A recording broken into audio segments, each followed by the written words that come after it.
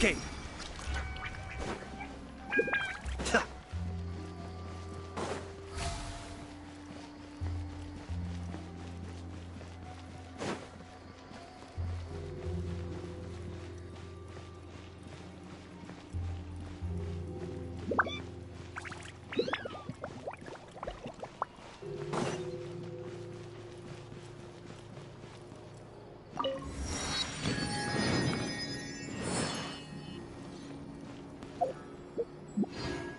Once, there was a glorious kingdom established among the heavens.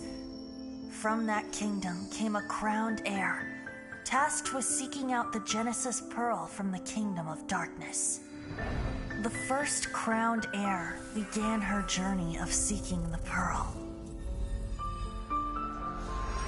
But she was deceived, and the memory of her noble origins faded. She now believed that she was the queen of the kingdom of darkness. But take heart. A second crowned heir had already taken up the path where the first had stumbled. This is the story of your journey, of your tale to be told.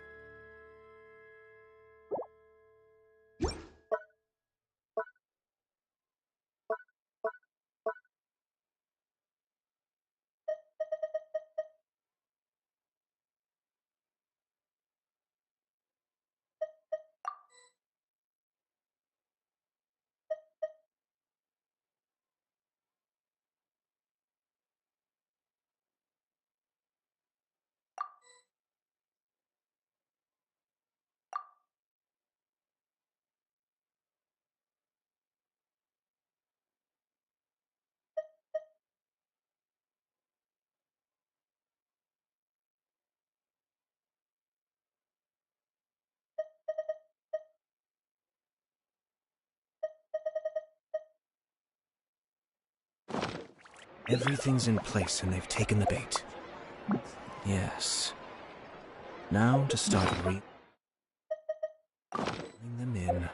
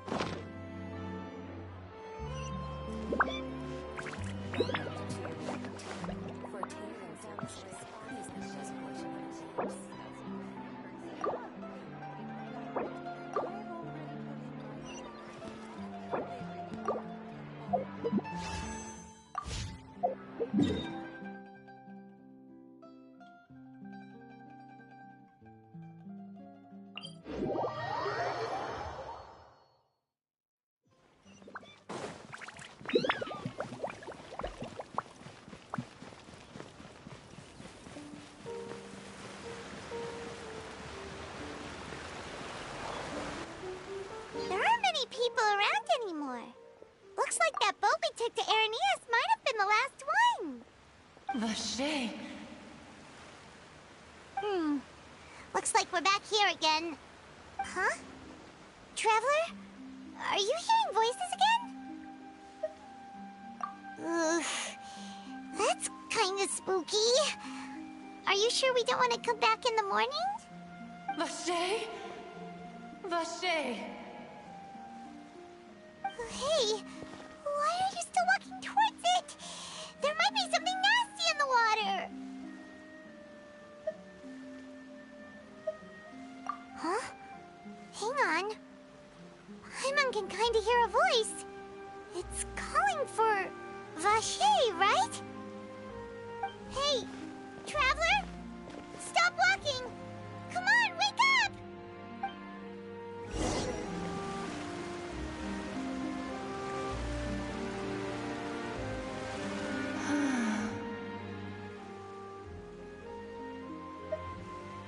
Vache, are you my dear Vache?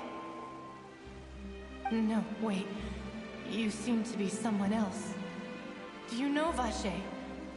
Do you know where my love is? Wait. Who am I? I'm very sorry. I fear I do not know. My memories feel like they have been washed away like a flood. So many fragments dissolved amidst the tide, never to be recovered. How much have I lost? How many things that I once held dear while on land have I since forgotten? Yes, that is what I was once. But now, I am but the consciousness of one who is lost, therefore. I do not know how I came to be like this either. I only vaguely remember being covered in light blue water, and then all grew dim.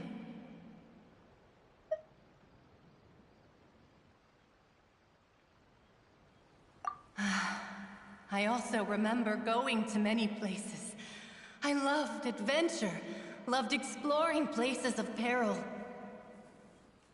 No matter where I went, Vacher would go with me. I knew how dearly he loved me, and I also loved him equally as much. But now, we can no longer go back. The pain of such parting, I never knew how heavy it could be. No, our reunion no longer has any meaning. There is no way for us to create any new memories. The thought of me gives him no succor, so let it lie forgotten beneath the waters. If you meet Vacher, tell him not to look for me. Tell him to move on. That is the only thing I still remember. Perhaps that is so.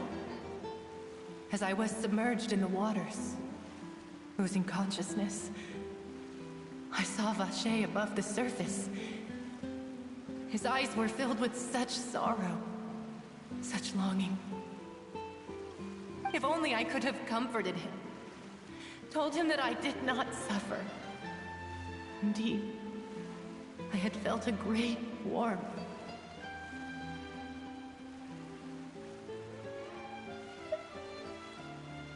Is that what you call it? Dissolving? If anything, I consider it a form of release.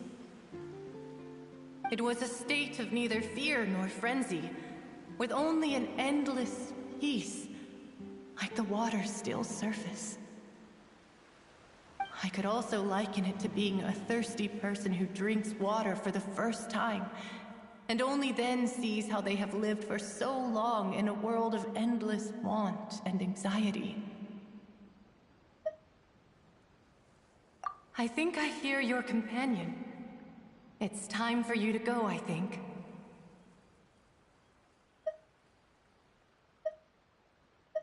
Farewell, then. I am glad that you were able to sense my presence. Remember, if you see Vacher, tell him not to seek me out any longer.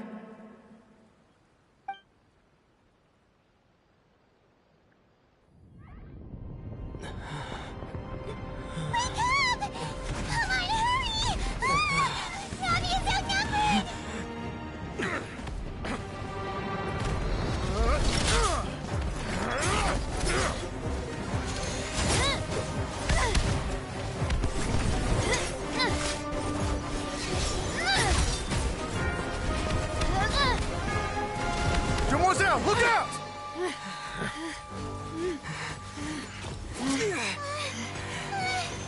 Dear God, it's a whole army of Gardamex.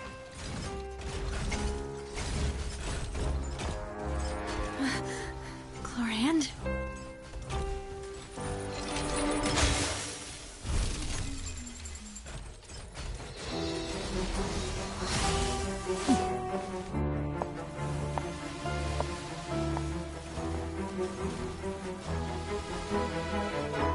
Quick, now's our chance!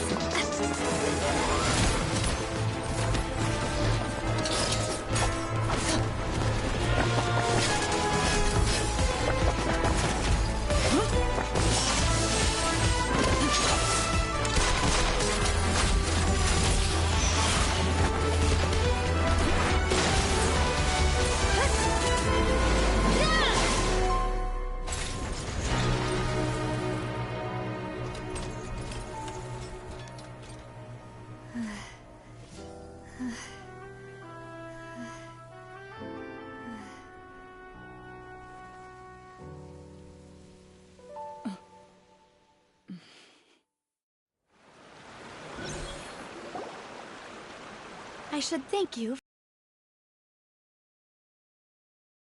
But before I do so, could you explain how you managed to show up here? I followed you. It seemed to me that danger has followed you more closely.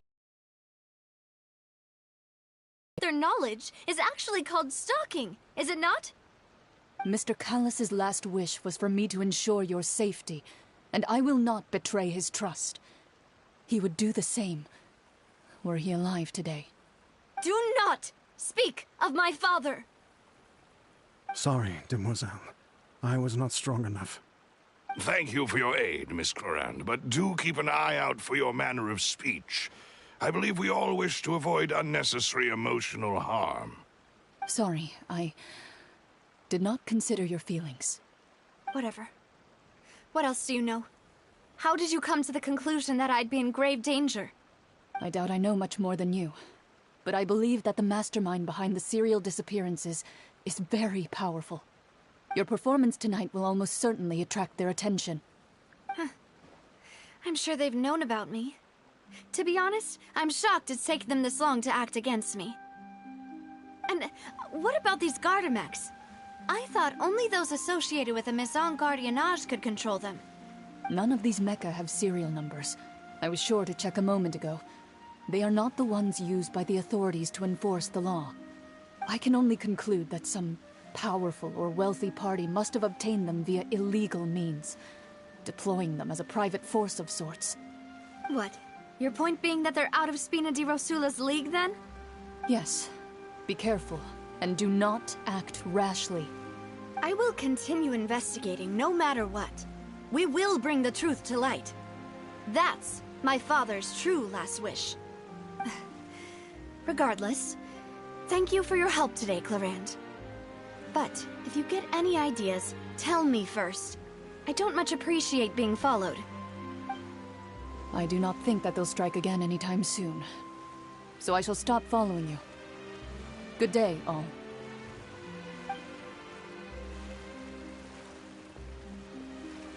Right. I suppose that's the best news we've gotten today. Demoiselle, I believe that Miss Clorand was being sincere with you. If we tried, we could attempt to thaw relations a little. I know, she's... Oh,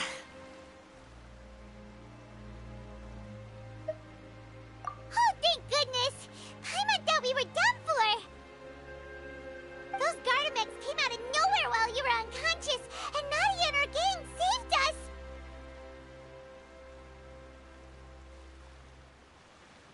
Oh, and there was that champion duelist named Clorand who came out to save us too! We got lucky there. Paimon probably couldn't have fought them off otherwise. Oh, come now. Forget all that polite talk. That wasn't really a farewell meal we had back there. Not for me, anyway. In truth, I hope that every meal we have together shall be a victory feast. As such, we're still partners.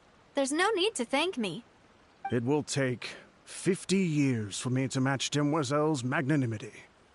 If it were me, I would have joined the Spina di Rosula on account of her goodwill long ago.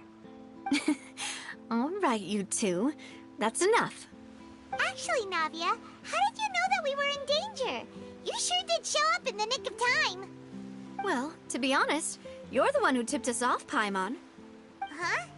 Really? Paimon contributed somehow? Ooh, Paimon's even more amazing than she thought! Yes, all thanks to you grabbing my drink by mistake. How did that help?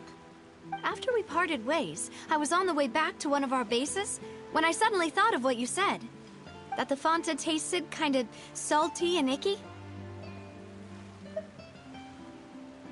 Fanta only comes in sweet flavors, so how could it have tasted salty? The color of the drink, if I recall, had also been a bit off. So the Fanta had been spiked with water from the primordial sea? Yes. So, if you hadn't drunk that cup for me... Spina di Rosula is preparing the grandest of awards for you as we speak for saving the boss. Huh? Really? I sent people to Hotel de Boer to investigate, but whoever did this left no trace at all. That's when I figured out that you might be in danger, and hurried here as quickly as I could.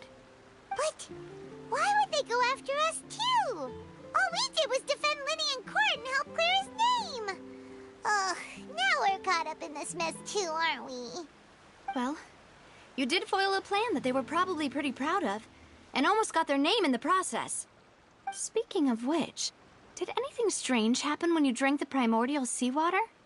Well, it can't be a coincidence that the traveler fainted just now.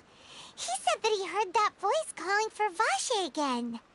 Oh, and this time Paimon heard it too, but it was real faint. Does this situation have to do with the primordial seawater then?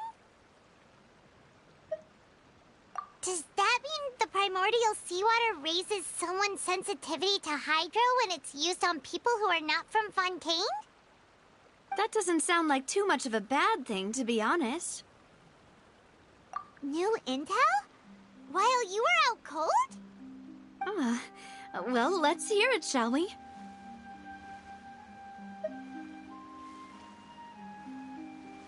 Oh, that is important. Vache. That name doesn't ring a bell. I suppose he hasn't stepped forward as a witness in court lately. Since he saw that young woman dissolve, he was at least at the crime scene. But he never gave testimony or any information regarding people dissolving in the primordial seawater.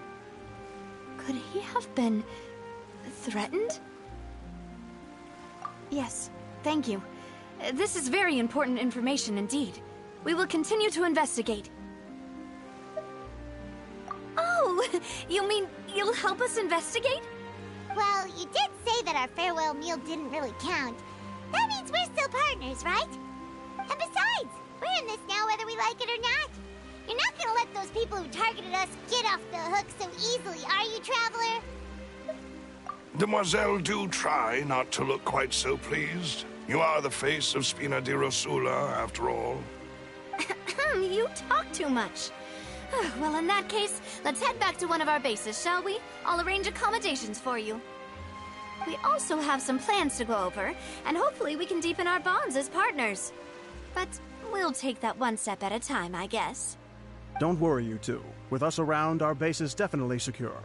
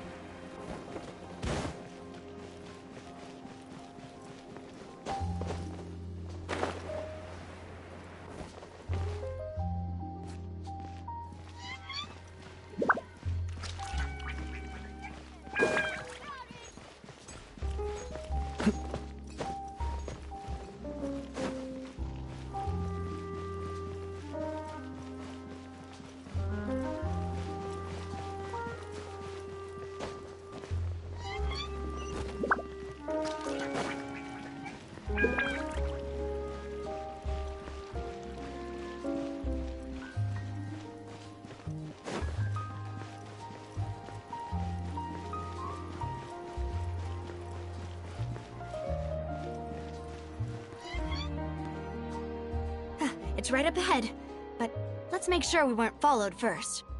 I've been keeping watch, Demoiselle. I haven't spotted anyone suspicious thus far. Very good. But let's not let our guard down for now. I shall find rooms for our respected guests.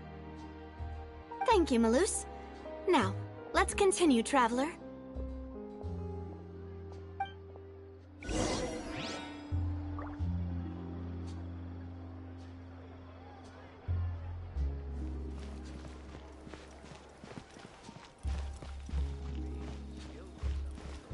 Cascade!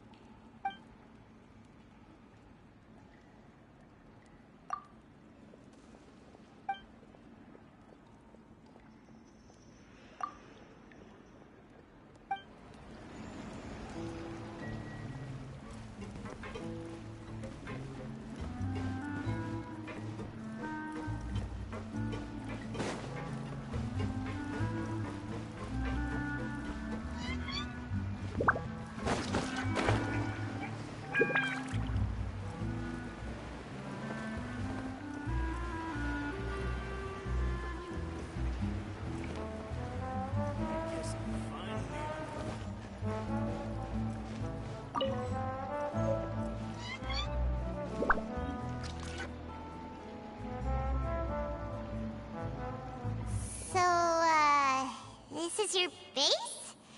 It's not quite what Paimon imagined. Your accommodations have been arranged. Under the present circumstances, I can confidently say it's the best we have. Well, our funds have been a little tight lately. After all, we don't allow illegal or unethical profiteering. In fact, our funds often come from citizenry who support us. Seems like it's tough times for everyone. But if you have the support of the people, that does sound like it's worth it. To be honest, our financial situation was a lot better back when my father was in charge a few years ago. I'm afraid I'm not quite his equal. Your father... he was the previous boss of Spina di Rosula, right? How did he... Demoiselle, if you'll allow me to explain.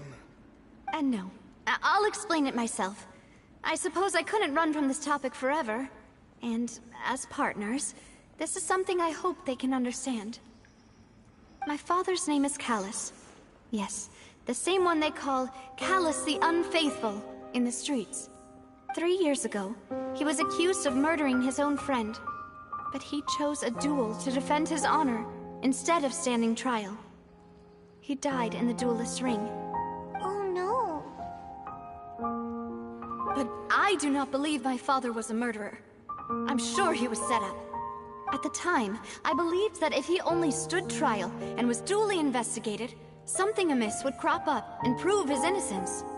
But strangely, he not only requested the duel himself, but rumor has it that even after being seriously injured, to the point where he could be deemed as having lost the duel, he refused to surrender, determined to die in the arena. 3 years later, I still don't understand why he did that. How could he protect his honor if he's dead? If anything, he gave up his chance to defend himself.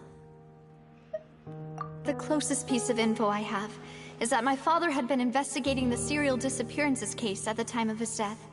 Ah, so that's why you're so determined to get to the bottom of that case. That's right. I've also tried to investigate the murder my father was implicated in, but I haven't found a single new clue in my countless reviews of the investigation records. However, I believe that if the murder case is related to those behind the disappearances, they must know something. I must know what really happened. Was my father coerced? Framed? Even if he really did kill his friend, I must get to the truth. If only he'd been more open with me when he was still alive. He even hid the fact that my mother died due to complications when giving birth to me. And now, here I am investigating his death. You really are a handful, aren't you, Papa?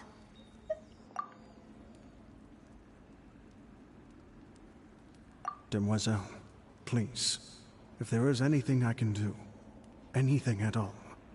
I also will never believe that Master Callus murdered anyone. There are none whom I respect more than the two of you, Demoiselle. Master Callus did so much good in life, yet all it took was one murder case for him to be dubbed Callus the Unfaithful. Even our supporters decreased greatly due to that incident, hence our strained finances at present. Wait, if Callus was such a good man, wouldn't people at least be a little suspicious when he was accused? No. Perhaps people just revel in that kind of drama. It's not something exclusive to people from Fontaine, really. Everyone's like that. People love watching the evil turn over a new leaf, but they also enjoy watching good people fall into an abyss from one slip-up just as much. But how could... never mind. If Callus was really falsely accused, we have to find the truth. He didn't deserve to have that happen to him. There is one other thing. Master Callus's opponent in the duel was Ms. Clorand. Oh, her? Well, then, isn't that as good as saying that she was the one who killed him? Yeah, that's not the sort of thing that you can just let go and move on from. Ms. Clorand has always placed great emphasis on the honorable nature of the duel. If her opponent doesn't yield, she will not stop either. She knew Master Callus beforehand and greatly respected him, but seeing how he was resolute in the arena, there was only ever one choice she could have made. It's not that I don't understand her at all, but I just can't deal with this yet. Don't worry, Navia. Paimon knows how you feel. You don't have to force yourself to do that. Afterward, Ms. Clorand told us that at the start of the duel, Master Callus requested that she ensure Demoiselle Navia's safety. Yes, that is our understanding as well. Oh, Papa. What madness drove you to ask the person who killed you to take care of me? All right, anyway, that's the information I wanted to share with you. Even if it did sound like I was just complaining towards the end. Thanks. You two should go and rest. This was quite a day after all. Yeah, Paimon's feet. Please, relax and get some sleep. We will ensure you rest soundly.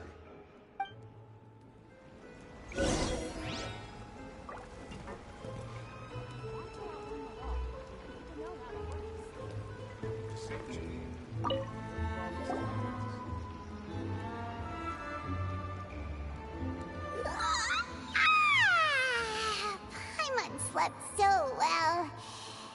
This place feels almost too safe. Huh? Navia? Where did the other two go? I sent them back to Poisson. It's Spina de Rosula's place of origin, and where we have our headquarters. There's not much for them to do here at the moment. Paimon gets the feeling that you're just trying to get them off your back. But never mind that. When did you get back? Were you waiting here the whole time? No, I just returned after going out for a while. I did some investigating yesterday regarding the name Vache. Wait, so you didn't sleep at all? How could I after having such critical new evidence appear? Guess Paimon wasn't speaking for everyone just now, huh? Unfortunately, this name seems to have been wiped from existence. It doesn't seem to have a match anywhere. I suspect that those behind this have already taken steps to hinder an investigation from this angle. But that does prove that this Vache person is a key witness in the incident. Does that mean we're too late, though? No. There is one ray of hope. One place in Fontaine that they would find almost impossible to threaten, no matter how much they wanted to. And that is the archives kept by Chief Justice Neuvillette a place where detailed files on all the cases in recent years are kept. If the Oceanid you met is one of the young women who went missing recently, we should be able to find some related information there. So Nervalette maintains an archive of case files? Whew. Guess that's the hard-working Chief Justice for you. In that case, let's go talk to him, shall we? Aren't you coming along, Navia? Did you get tired? No, it's nothing. Let's go see the Honorable Chief Justice.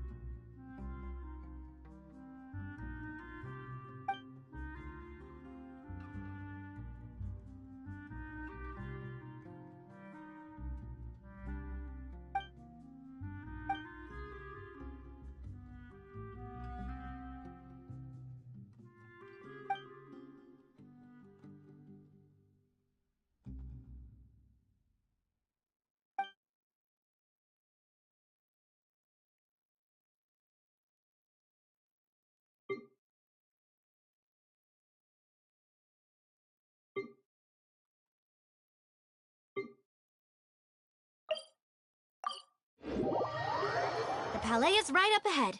Come on.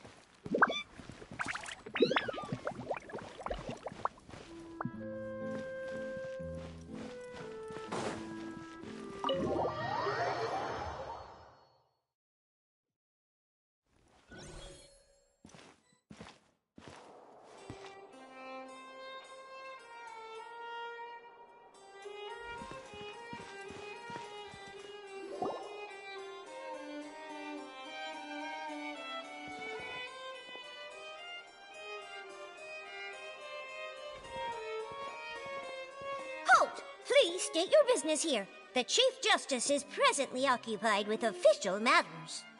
Huh. This place does look pretty heavily guarded. Guess that proves that Nervalette's files are really secure. Hey, don't you recognize us? Huh? Who are you? Just to be clear, I don't care who you are or who you might be related to. Our rules make no exceptions. See? They've got great discipline, too. Yep. Paimon can tell. If you're here just to crack jokes, I can point you towards the exit. Unlike some, we're busy, so please leave if you don't have a reason to be here. No. What I meant to say is, shouldn't you remember us from a few days ago? We were at the trial of the great magician Linny. Oh, yes, I remember. I read about it in the Steambird. You must be Linny's attorneys. It's all coming back to me now. We're here today to report and archive some information on a follow-up case. Huh. Is that even a thing? Of course. Don't worry. We're here on official business. You can trust us. All right then, I'll let you through. The Chief Justice is just inside. Thanks so much.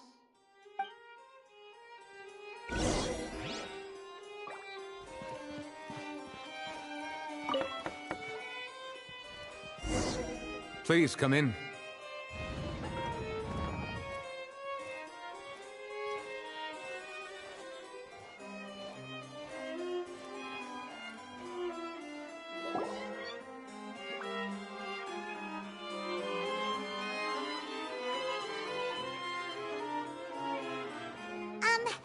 Sorry to barge in, Monsieur Nervalette.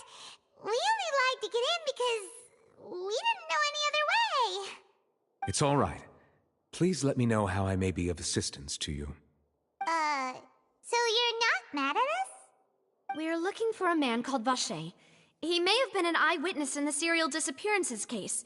If we can find him, we may be able to unearth some key information on the case. Ah, I see. In that case, please wait here a moment while I browse through the files.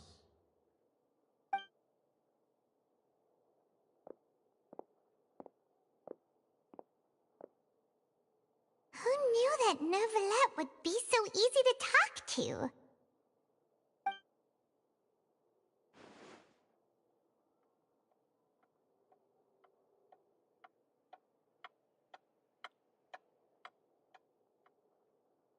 Unfortunately, I'm quite certain that no one by the name of Vache has been involved in any case, criminal or civil, in the past several years. There are no records of him either in the files or in my memory. Traveler, what if it was really just a dream? Is that so? All right then. Thank you so much, Monsieur Neuvillette. We'll take our leave now.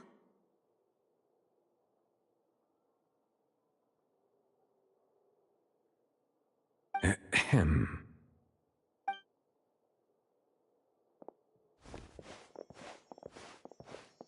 Miss Navia, I can understand how you feel. Your father, Callus, was a truly exceptional man. We deeply regret his passing.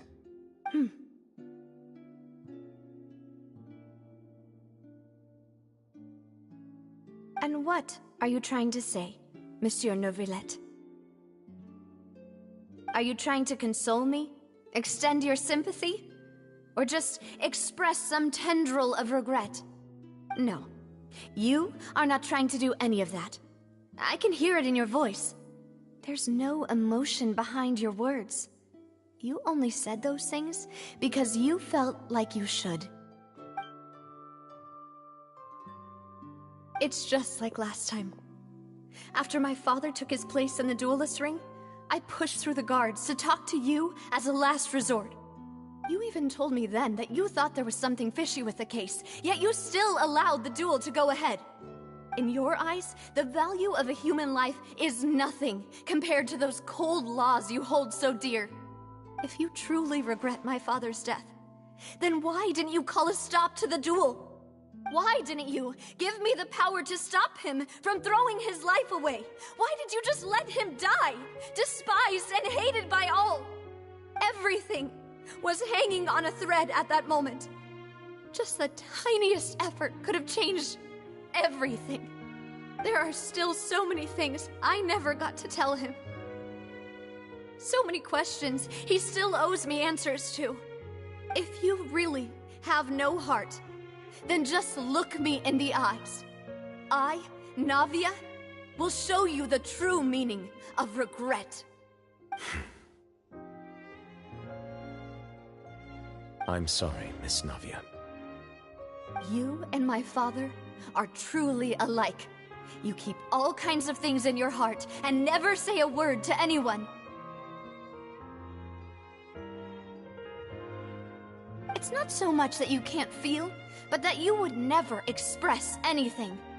Oh well.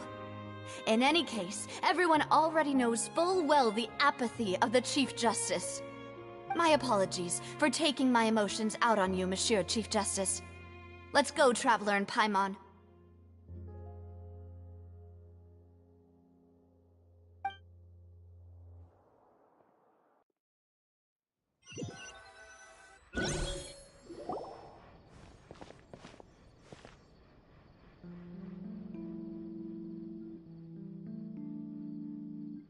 Navia, are you okay?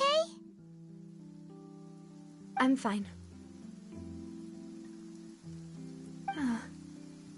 Rain. It's raining. You're right. Wasn't it still sunny when we went into the building? And there shouldn't be any active trials today. How strange. Now that I think of it, on the day my father was convicted of murder, it was also raining. What is it? Did you think of something? Yeah, he was outside. It was uncovered and the rain could fall there. Why? Do you think the rain could have affected the crime scene? That thought has occurred to us before. We've even expanded the search area to try to account for that, but didn't find anything of value. Oh? Wait. You don't mean... So you're saying that the true murderer could have been turned into water and then got washed away with the rain? Yeah, and if that's what had happened, then no one would have believed your dad, even if he explained what he saw to the authorities. I really think I found a true genius for a partner. You're completely right. How did I not connect the dots earlier? All right, let's go to Poisson. With this new lead in mind, we'll get to the bottom of my father's case for sure. Yeah, we're gonna make progress for sure this time. Do you want to go with me now? Or do you want to head over by yourself later?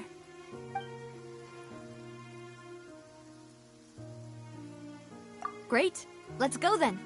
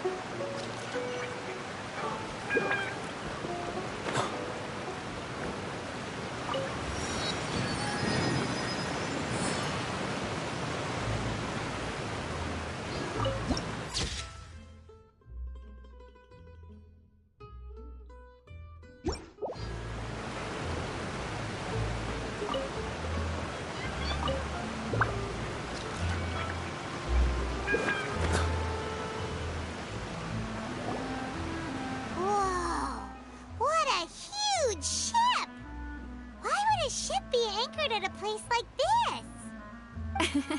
There's no need to be so surprised. While it may look like a ship, it's actually Spina di Rosula's headquarters. My father was the one who asked for it to be built like this. Perhaps our taste in exterior design is the only thing we occasionally had in common. A gigantic and glamorous ship embodies discovery, opportunity, ambition, and conquest. It symbolizes Spina di Rosula's bright and limitless future. And Paimon thought you were bluffing when you said Spina di Rosula had a glorious past. Paimon was confused why a group with such a history would live in the sewers. But now that Paimon has seen this ship for herself, she's been convinced. Well, Poisson is where Spina di Rosula began, after all. It's our main base, our home.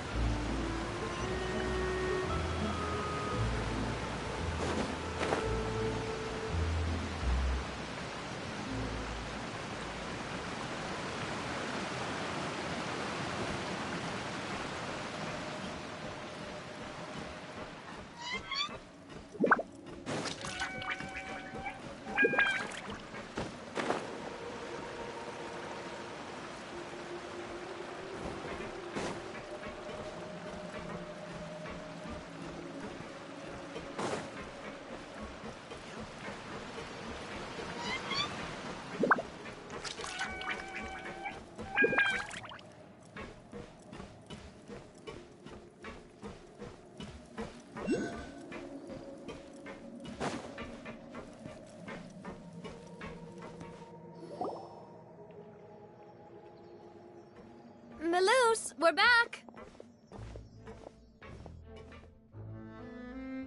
Apologies for the wait, demoiselle, and our most important partners. You said before that you still had some business at the court. What brings you back to Poisson so quickly?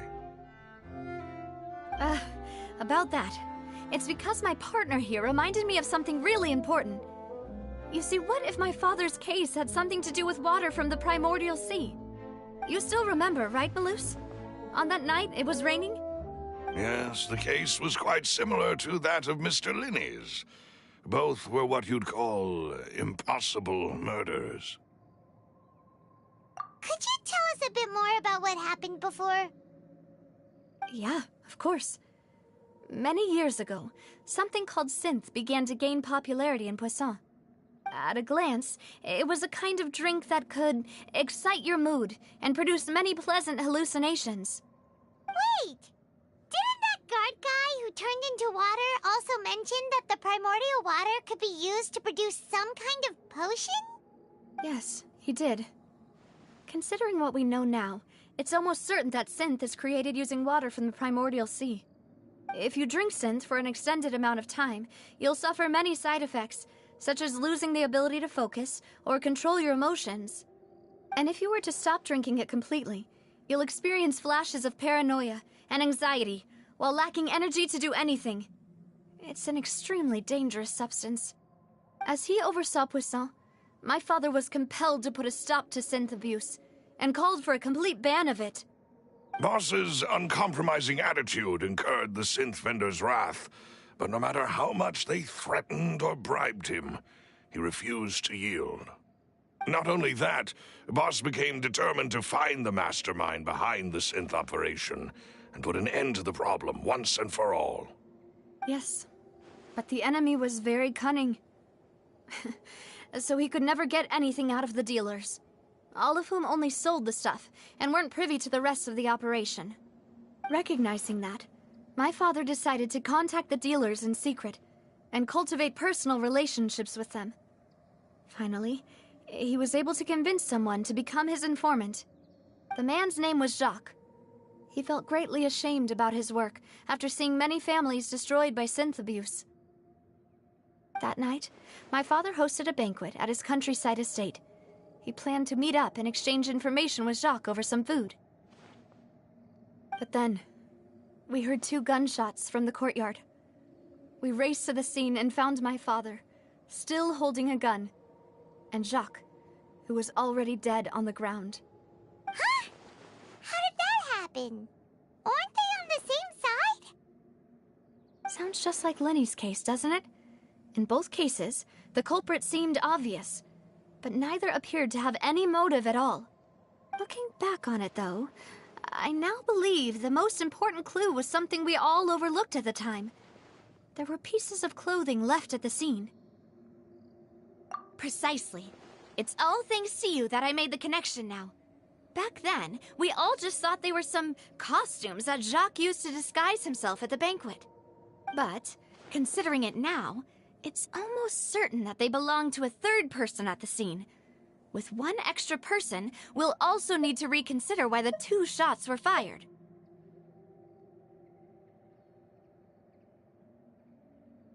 You're right. We still don't know what happened.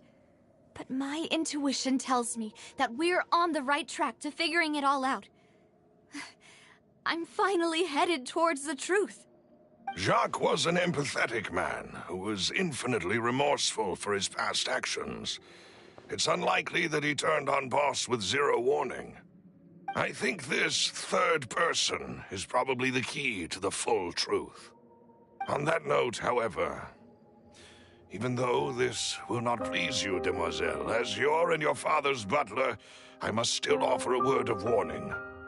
Our opponent is insidious and cruel. They are extremely difficult to deal with, and Boss has already lost his life trying to bring them to justice. Even though Spina de Rosula has lost most of its former glory, Poisson has welcomed a new time of peace, and we have been allowed to live out our lives. There is no need to follow your father's path. It would be both wise and in line with Boss's wishes to step back and give up on the case. If that's indeed what he wished for, then he should have told me that himself. Was I not the closest person to him? And yet, I was the one most kept in the dark. What was the point of him dying without sharing any of the secrets he knew? Did he manage to protect anything in the end? Synth is still here. Callus the Unfaithful is still his epithet. And Spina di Rosula is barely getting by. Nothing has changed. Did he think I'd just accept his meaningless death and live out my life just as meaninglessly? I've never accepted that. Ever. Not since that day, and certainly not now.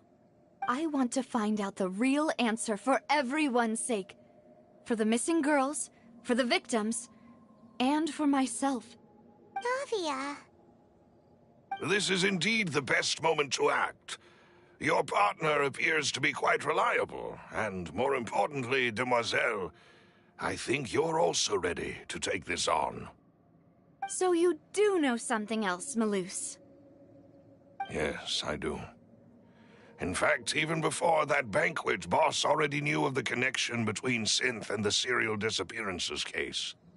But what drove all the tensions to the boiling point was the revelation that you, Demoiselle, had been selected as the next target to disappear.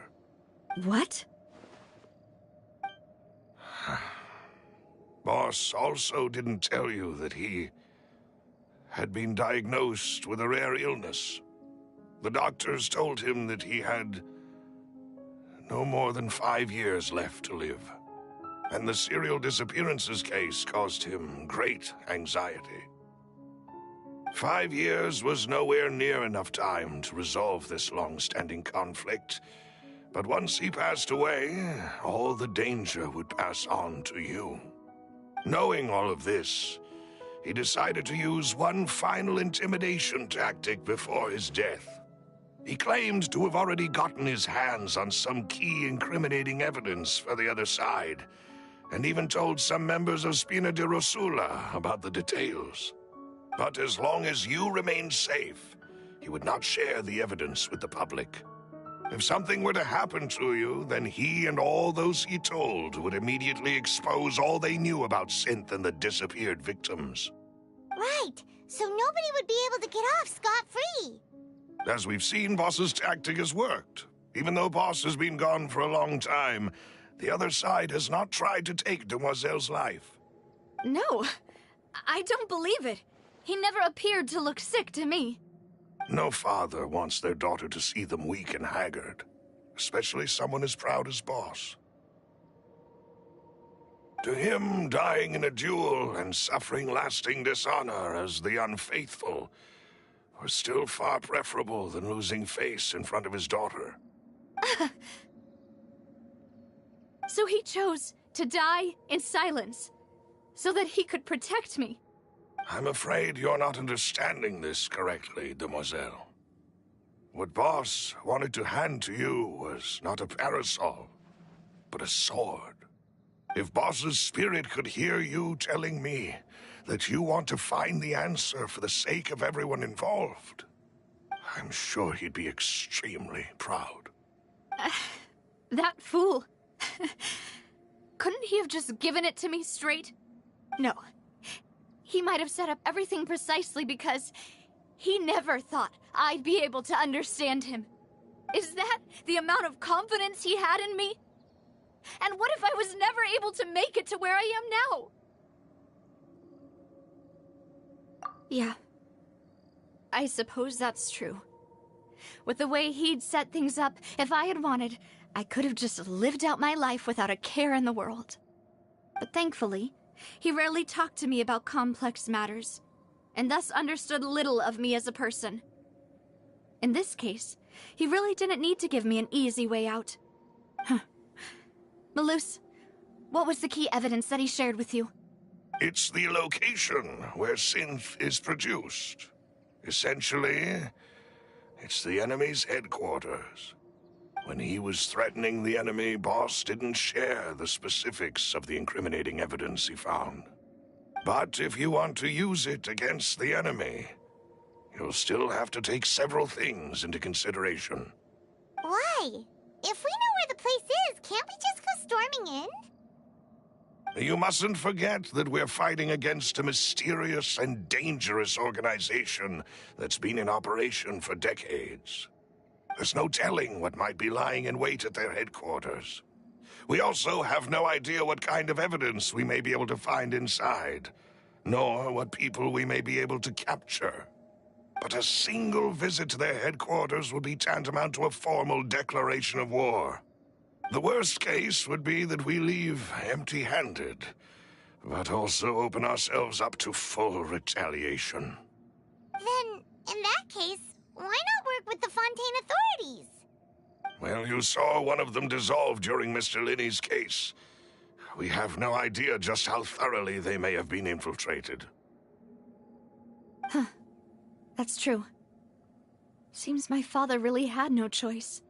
But things are different now.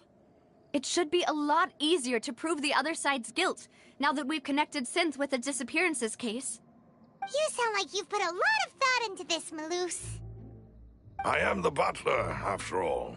I live but to serve the boss and Demoiselle's will. I've always been willing to take on any kind of risk for your sake.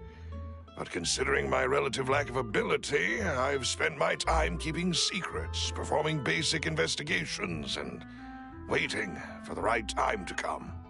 Thank you for all of that, Malus. Have you discovered anything new in the past few years? Let me think. One conclusion I came to was that the enemy must be quite familiar with Spina di Rosula, or at least have an informant planted here. When I announced orders to the organization's members on Demoiselle's behalf, I used to deliberately keep a few people in the dark and observe the reactions of the synth vendors. If the vendors didn't change their plans, then the individuals informed of our orders must be innocent. If the vendors packed up and fled, however, then someone must have given them the news. After several rounds of testing and investigative tracing, I've narrowed the suspect list down to 3 people. The first is Florent, Spina di Rosula's senior advisor. Huh? Florent? Yes, surprising, isn't it? He was one of the people Boss trusted the most, which also means that he was someone who understood Boss really well. Thanks to his position within Boss's innermost circle, he always knew our upcoming plans and could thus avoid capture this whole time. There's someone else like him too. Marcel, the head of Confrérie of Cabrières.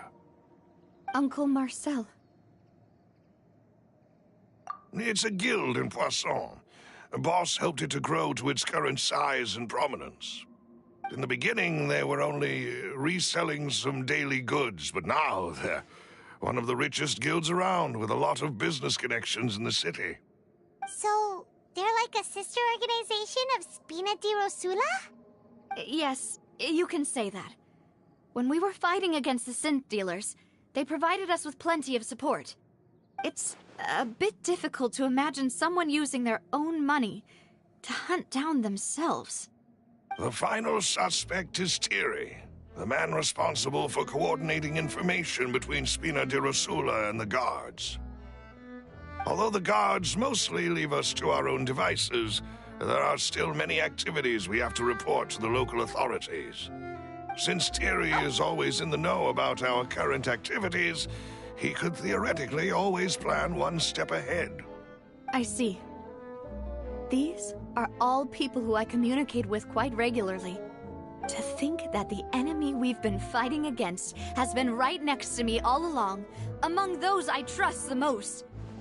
It's almost too hard to believe. If you want to investigate them, please take every precaution to not alert the quarry. Judging from our experience, the enemy is extremely cautious. Of course. And thank you, Malus. You've provided us with a lot of great information. You're too kind, my lady. I'm just doing my duty. And before I forget, proving Boss's innocence would also mean clearing him of blame in Jacques' death. After that incident, Jacques' wife and daughter were taken into the Spina's care. They still live in Poisson today. If it might help, you could also pay them a visit. I can make the necessary arrangements. Aw, thank you so much, Malus. You really are the best. A new case awaits, my dear partner. I hope we can work together to uncover the truth and end this case once and for all.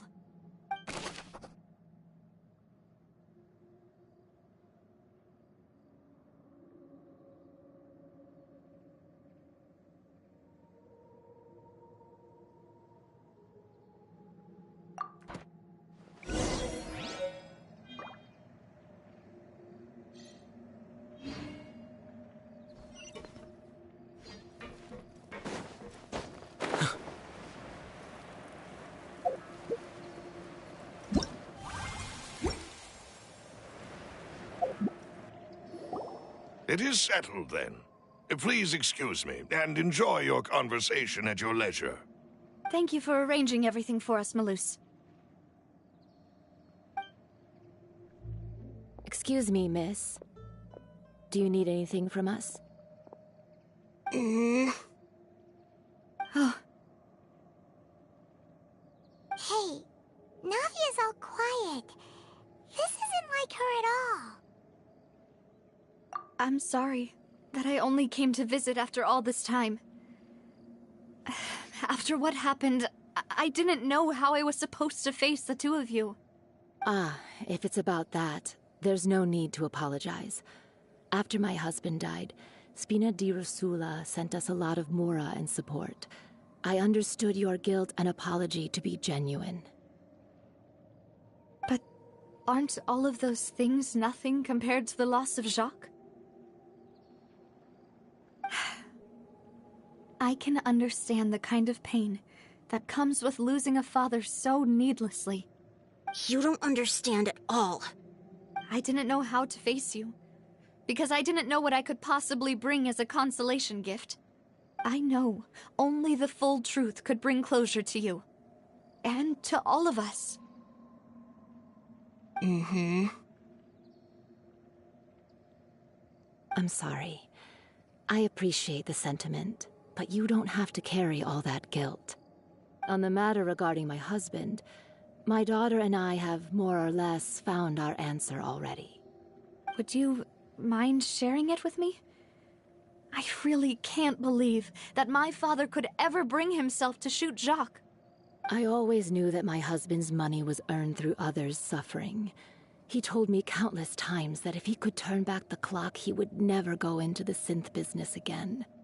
He had many regrets, and felt that he took the idea of providing for his family too literally. For the longest time, he thought Mora was everything. So when Mr. Callis came to him with a proposal, he accepted it almost immediately. He tried to be as careful as he could, but even so, he was still found out by the higher-ups. They found out about his betrayal? Papa didn't say that exactly, but Papa did tell me that I should never be ungrateful. Before he left that day, he told me that he had no choice. It was only later that I realized it was his final farewell to the two of us. I don't know that for sure, but you could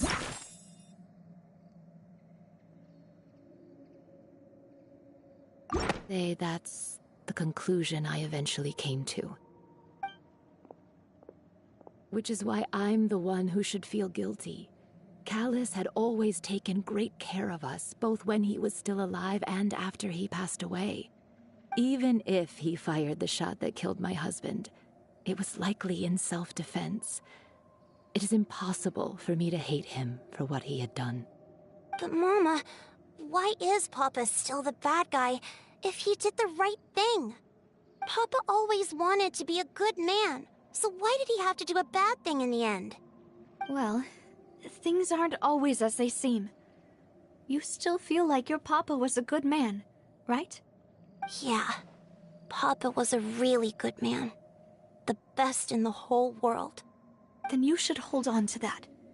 If a good man had to do a bad thing, then he must have had his reasons. Regardless of whether he left you a parasol or a sword. He must have done so to give you a better life.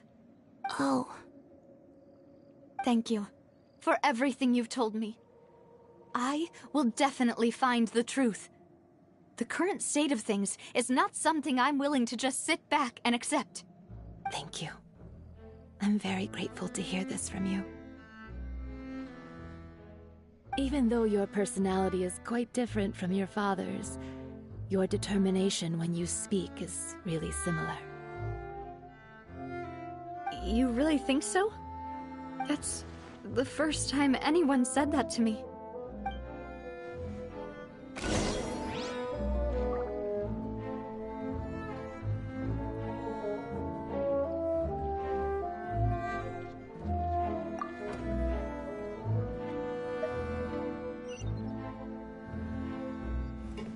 Are you okay, Navia? I'm fine. Don't worry. Let's investigate the 3 suspects next. Florent should be nearby, and we should be able to find Thierry and Uncle Marcel. Greetings, boss. How may I be of assistance today? I'm sure you've heard about what happened at the Opera House. Someone got turned into water right in front of us. Yeah, I've heard. With something that dramatic, I'm sure journalists will milk it for all it's worth. And it'll be all the talk for the next several weeks. It also reminded me, on the day that the incident happened with my father, it was raining outside, and we found some clothes left at the scene. After my partner here put the dots together for me, I feel like we should try to reopen his case.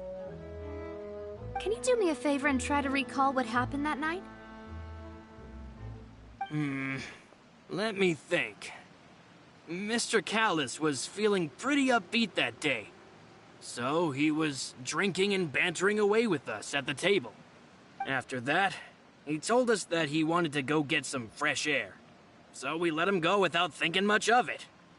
Who knew that we would hear 2 gunshots ring out right after? My first reaction was that Mr. Callis's life was in danger. So I grabbed my holster and made a mad dash toward the scene. But when I got there, it was already too late. Mr. Callis was standing over a dead body with a gun in his hands. All we could do was look back and forth at each other, not knowing what to say. So you also remember 2 gunshots then? Indeed. The guard said that the first shot didn't hit anyone, while the second killed Jacques. But I've never really bought that explanation. Reason being, Mr. Callis had left his gun on the table. I even made sure to confirm that before running to the scene. But according to the guards, that doesn't mean he couldn't have had other guns on his person. About the clothes left at the scene that you mentioned, do you think there was a 3rd person there who was turned into water? At least from our perspective, my father had no reason to kill, so he would also have no reason to bring an extra gun with him. The gun he was holding probably belonged to Jacques, or a 3rd person on the scene. Yeah, that makes a lot of sense. So you're saying Mr. Callis ended up with the gun because he seized it from one of the other guys? But hold on. If that's what had happened, then why didn't he share the truth with any of us? He didn't even want to face the Oratrice machine, and chose instead to prove his honor in a duel. Did he lose all faith in the courts after seeing someone dissolve right in front of his eyes? About that, Malus told me a thing or two. So, I think I can understand why he committed to the duel. I'll tell you everything, once the whole truth has been revealed. I understand. Then, I'll leave Mr. Callis's honor in your hands, boss. And if I may just say one more thing. The whole Callis the Unfaithful epithet has been a thorn in my side since the day it was invented. Many people have laughed at me for still calling him Mr. Callis, even after so many years have passed. But it was Mr. Callis's trust that allowed me to rise through the ranks of Spina di Rosula and live the life I lead today. No matter what others might say, he'll always be the man I respect the most. And he'll always be my boss. Don't worry. I will definitely find the truth. You and all our other comrades at the Spina deserve to know the truth as well. Smiling eyes.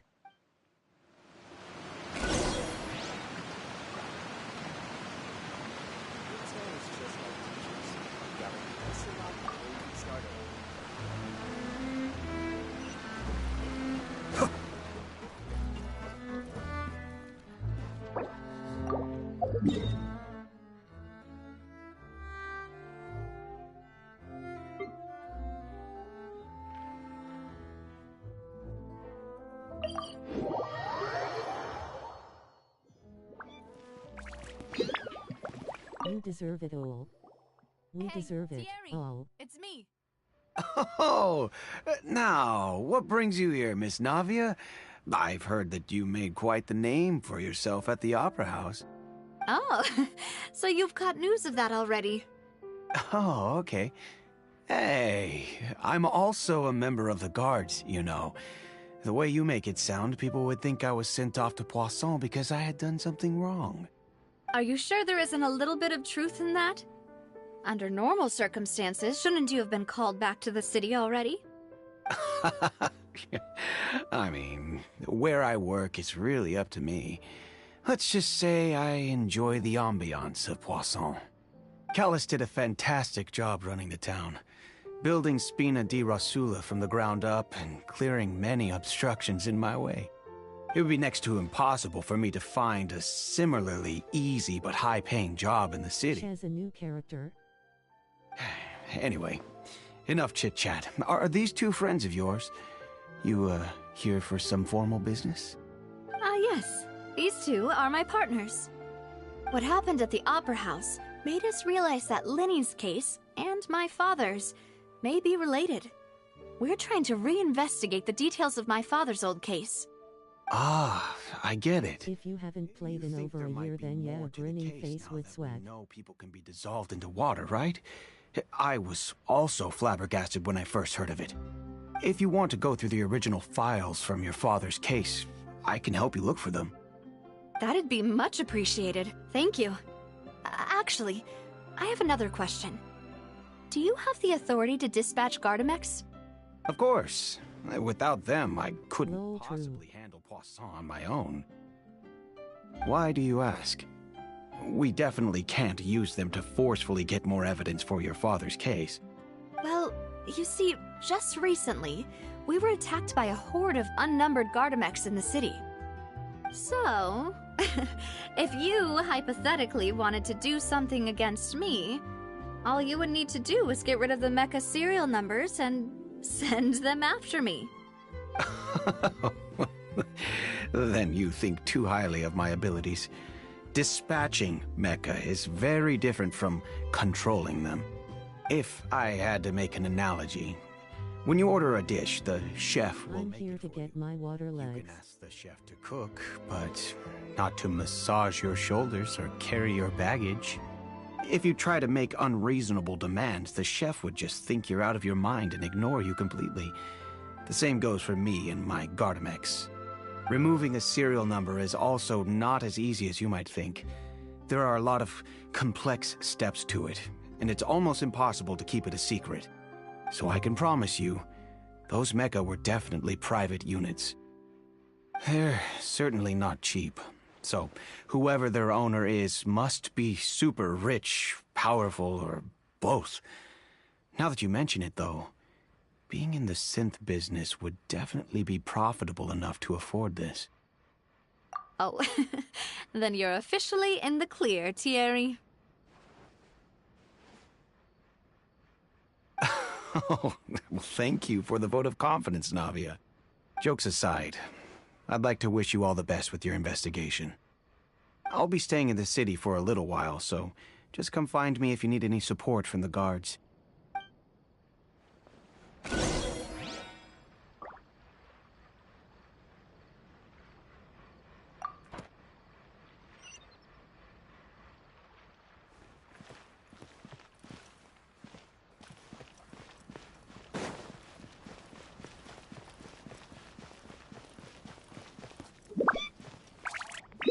Which is more valuable? Unlimited more or unlimited?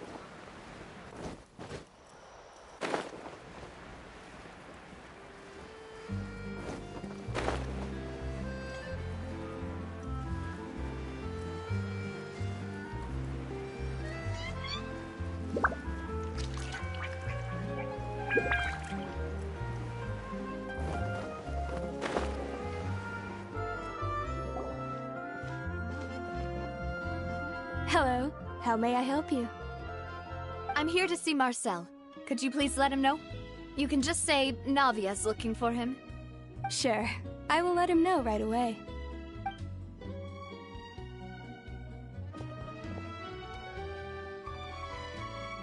Navia, hello. Sorry to keep you waiting. I'm not as young as I used to be, so my legs are giving out a bit. Oh, it's all right, Uncle Marcel. There's no need to stress.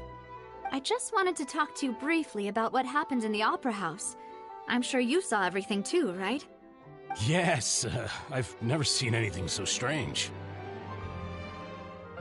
Oh, you were at the Opera House too? That's right. I went there with Navia to see the magic show. Who knew it would turn into Life's grinning, squinting face. I also witnessed your marvelous sleuthing work. Quite impressive. To beat the Hydro Archon at her own game on her own turf, I can already imagine everyone in Fontaine discussing your exploits over a few glasses of wine. I came here to take his grinning face with smiling eyes. Apologies. It's just how Fontaine is as a nation. Everyone loves drama and theatrics. Uncle Marcel, you've also noticed that other thing, right? The fact that humans can dissolve in water? Yes, I was reminded of your father's case right away. Is that what you're investigating now? Exactly.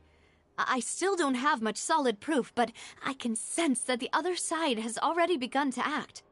Oh, and what makes you say that? We were attacked on Araneus by some unnumbered Gardamex. And there was also an attempt to get me to drink water from the primordial sea. If not for the vigilance of my partner, I probably wouldn't even be here talking to you right now. Oh, you're giving us too much credit. Wasn't it you who protected us? Alas, it seems things are heating up again. The peace that Callus sought so dearly will soon become a thing of the past. But rest assured, Navia, Poisson will always remain a safe haven for you. If you're scared, you can always return there. If anyone dares to lay their hands on you there, the Confrérie of Cabrières will use its funds to the last Mora to bring them to justice. Thank you, Uncle Marcel. But I don't intend to go into hiding. I'm going to strike while the iron's hot. Do you have any new thoughts on my father's case? About that. Sorry, my age is catching up with me, so it'll take me a while to recall my memory.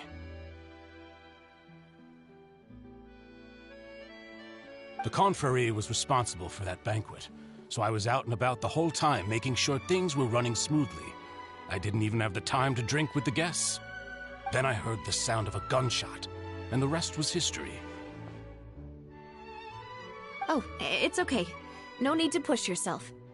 We'll ask around some more, see if there are any valuable clues elsewhere. Sounds good. Just let me know if you ever need Mora. All my wealth comes from Callus's patronage and support. I'll spend however much it takes to clear his name.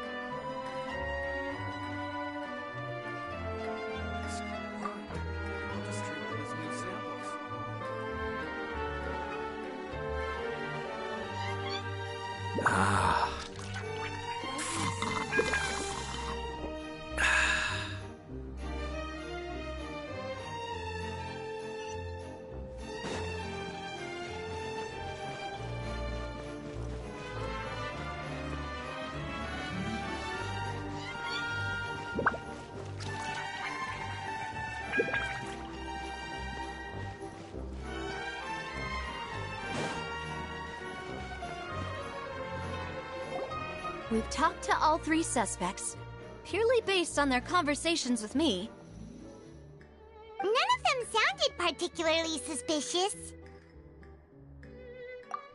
I suppose that's to be expected, though. If a single conversation's all that's needed to find them out, then my father wouldn't have needed to investigate the case for so many years. Anyway, even though we didn't make a breakthrough, let's still compile what we were able to find. But where should we start? Ah, you're right! Florent mentioned that Callus probably only ended up with the gun because of circumstance. That makes sense. According to Jacques' family members, he already told them that he had been discovered, and that he had no choice before he left home that day. If I had to guess, he probably received an order from the synth boss to kill my father. Had he refused, he and his family's lives would have been forfeit. So, Jacques fired the first shot? Oh? And why is that?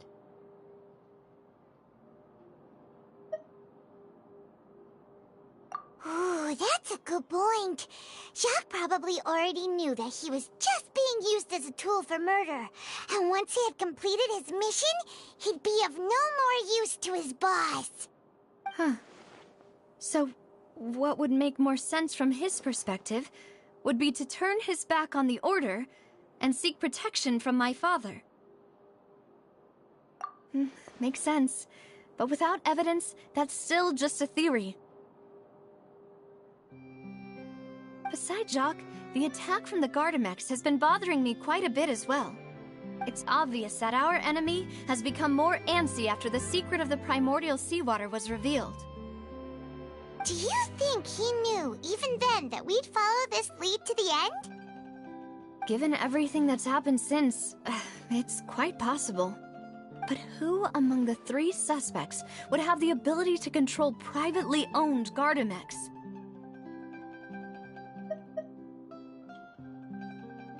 Murder? Uncle Marcel? Seems like it's getting darker. My father did really trust him. And they worked together on a large number of projects. Maybe that's how he got to know Jacques. And with funds from the Confrérie, he could also afford a large number of Gardamex. It's still really hard for me to imagine, though. After all, Uncle Marcel has been around since I was just a child. Also, wouldn't this mean he has been spending a whole lot of mora and energy to fight his own synth business?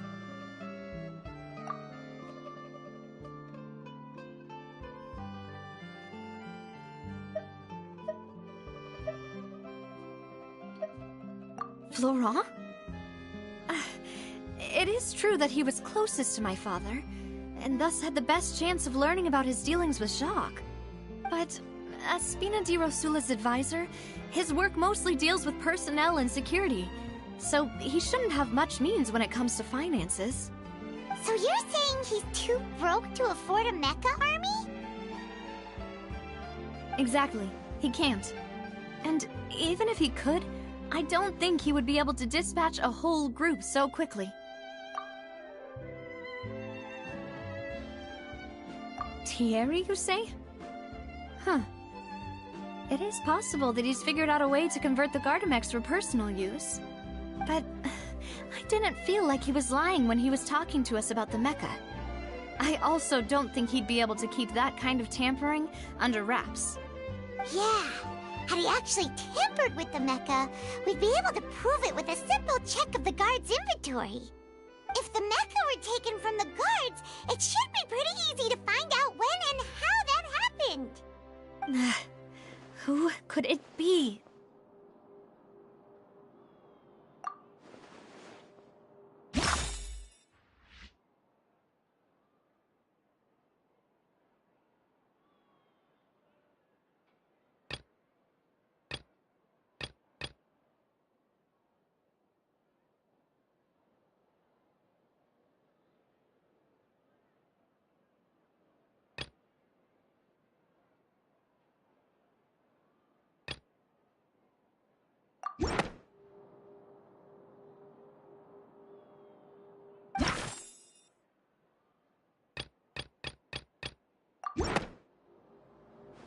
You know, if you think everything through, Uncle Marcel is indeed the most suspicious of them all.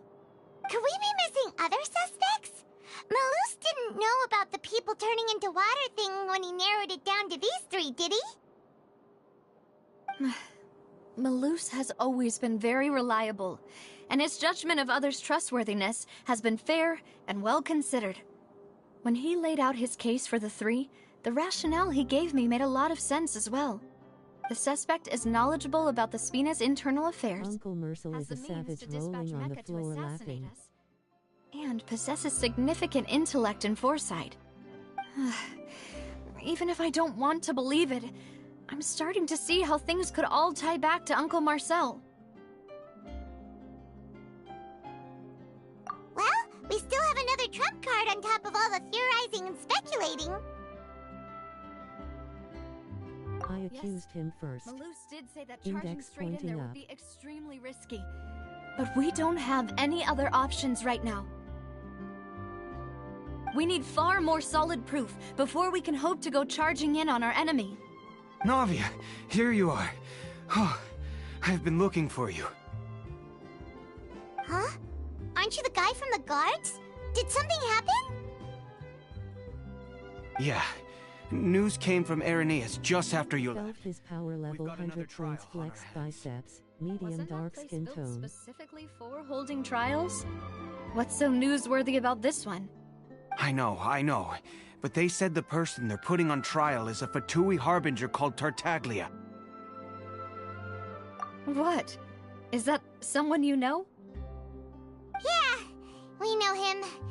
Maybe even a little too well. Well, he's been accused of being the true culprit behind the serial disappearances case. It's absurd, don't you think? Wait, how? None of our investigations have had anything to do with him. That's what I thought was strange about it, so I came to tell you the news right away. If the charge against him stands, then it'll be next to impossible to get the guards to support any of our planned investigations. Right, because they'll think they've already found the culprit. Yeah, and it'll be a lot harder then to clear Mr. Callus's name. I understand. Well, partner, what do you think we should do? We still haven't found any conclusive evidence. Huh? Split up? What do you mean?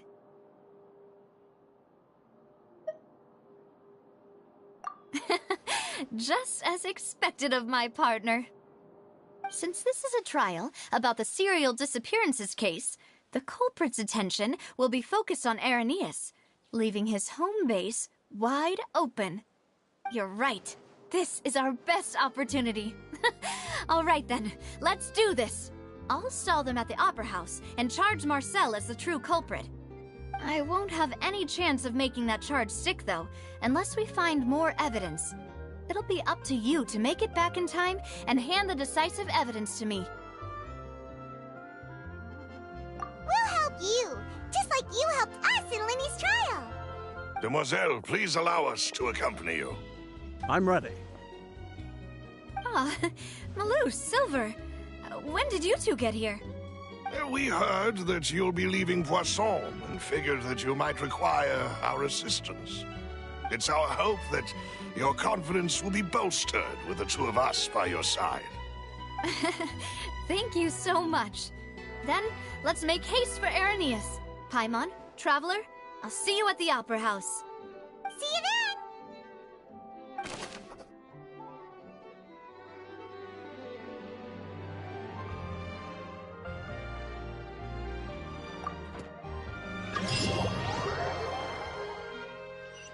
Now that Navia has set out for Irenaeus, we should also get going. The location has already been marked on the map, so let's head over. Not to worry, I'll simply send someone to fetch it. As soon as I remember what it was. Huh. According to Malus's info, the synth production base is underwater. Let's go and try to find the entrance.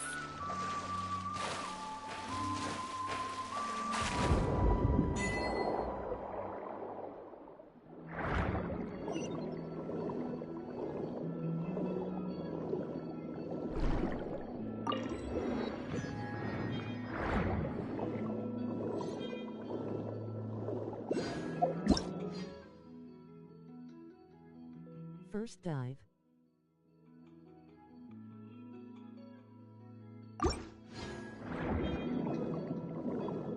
Trophy.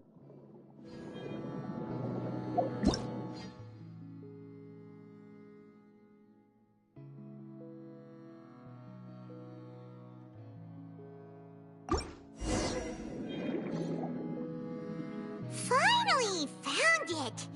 Huh. So this is the entrance that leads to the synth production base.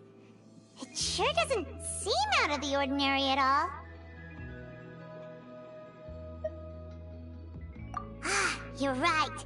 An important place like this is bound to have a ton of protective measures and mechanisms. Navia's probably arguing up a storm right now to stall for us. They don't got a reward for that. Trophies Drake voice.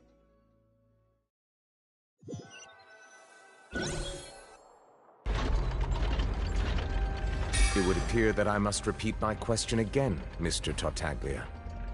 Do you accept the charge that you are the true culprit behind the serial disappearances case? Got my water legs grinning face with smiling eyes. I don't understand your country's complicated court system, or the reason why I'm being charged with something I've never even heard of.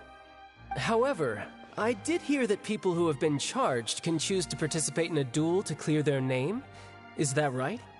In which case, as long as I accept the charge, I can have an all-out fight with that champion duelist Clorend, right? I've got to admit, that's one of the most enticing offers I've ever received. When I privately sparred with her last time, she was obviously holding back. Real disappointing. Hey! Don't you understand? You're currently the prime suspect for a major case. This isn't the place for you to be looking for fights. Oh? Sounds like the Hydro Archon wants to lecture me on the ways of the Opera House. Then why don't you duel me too? I'm the kind of student that learns best in the heat of battle. No. That's not what I meant. Alas, it would appear that communication with the defendant is going poorly, and we have made very little progress. In that case, let me explain everything from the very beginning again. The goal of this trial is to determine the culprit behind the serial disappearances case. That case had nothing to do with him! You've got the wrong man! Huh? What's going on? Why is she interjecting again? I told you it couldn't be one of the Fatui Harbingers. Miss Navia, this is the second time you've interrupted the court proceedings. I only tolerated your behavior last time because you were able to provide the court with a key eyewitness. But that was an exception rather than standard court protocol. I can very well charge you with contempt of court for your interjections. Oh, please. Did you ever think I had any respect for this place's pointless theatrics? We can put that discussion aside for now. I'm not here to argue with you. I'm here to charge the true culprit behind the serial disappearances case. And if my charges prove true, then Tartaglia here will be proven innocent by default, correct? Oh, a young lady has charged in and offered to clear my name. How fascinating. Well, I'd gotten half bored to death by all these rules and procedures anyway, so I'll take you up on that offer. So, Your Honor, is there nothing else for me to do now? You may take a seat for now in the audience, but that doesn't mean the suspicions against you have been lifted. Now then, Miss Navia, who is the person you would like to charge instead?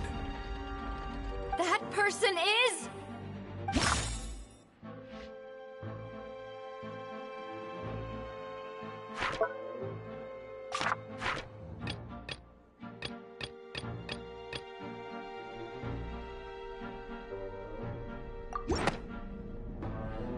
Marcel, the head of Confrérie of Cabrières! Huh? What confrérie? Never heard of them in my life. I've heard of them, but weren't they Spina di Rosula's sister organization? Oh, is this going to be a friends to enemies type situation? Please let me remind you, Miss Navia, that charging someone is an incredibly serious matter. Committing to the charge also means taking on the legal responsibilities associated with it. And if the charge fails, depending on the circumstances, you may also be charged with the crime of making a false accusation. Knowing this, do you still wish to charge this man? Yes, I do. In that case, I declare the charge to be valid. Miss Navia and attorneys, please take your places on the court. Members of the guards, please contact Mr. Marcel right away so that he may stand trial.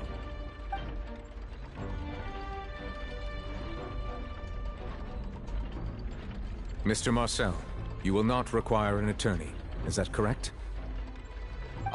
Apologies. It all just happened so quickly. I still haven't figured out what's going on. I think an attorney won't be necessary. This is probably just a misunderstanding between me and Navia. Very well. In that case, since both sides have now arrived, Miss Navia, please present your charges. I would like to take everyone back to 3 years ago, to the case of Callus the Unfaithful. Only through elucidating what really happened in that case can we connect all the dots for the serial disappearances case. Navia, do you really think that I was the one who killed your father? Come on, why would I do that? Callus was my benefactor, and remember, both you and I only ran to the scene when we heard the sound of a gun. If that's enough to make me a suspect, wouldn't that make everyone at that banquet a suspect as well?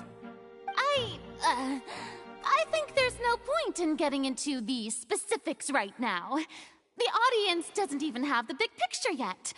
Even I'm struggling to remember some details of that case. Exactly correct, Your Honor. I must refresh everyone's memory about that case before I can explain my charge and reasoning. I see. In which case, I will recount the findings about that case as originally recorded by Maison Gardiennage.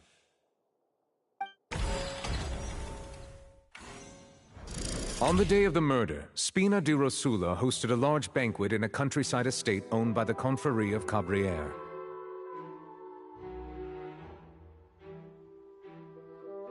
During the banquet, all attending guests heard 2 gunshots from the courtyard. When the guests arrived at the scene, they found the primary suspect, Callus, holding a gun, while his acquaintance, Jacques, lay dead from a gunshot wound. The guards' investigation did not recover any other firearms from the scene.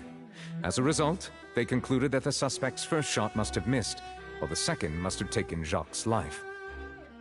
The suspect did not dispute this conclusion, and also declined to defend himself in court. Instead, he chose to prove his innocence through a duel. Callus was defeated by champion duelist Clarand in the ensuing duel, and soon succumbed to the injuries.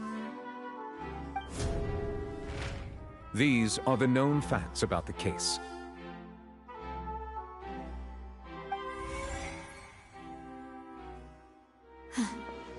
The one with the motive to kill was Jacques, not my father. And even so, Jacques still had no reason to pull the trigger. In truth, the third person shot Jacques first, and was shot in turn by my father when my father seized the gun from him.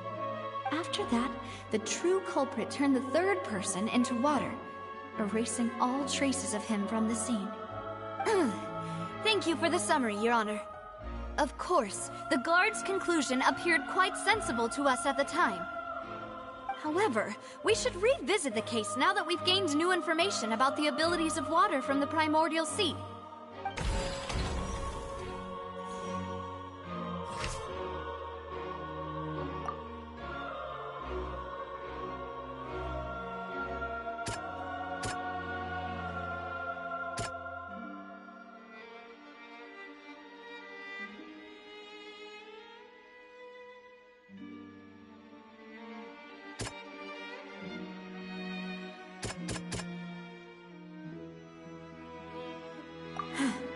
Something's not right. Let me think for a little while longer.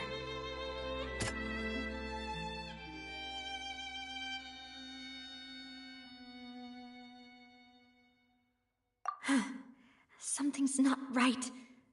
Let me think for a little while longer.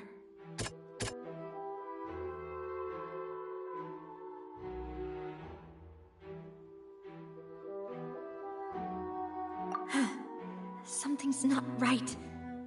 Let me think for a little while longer.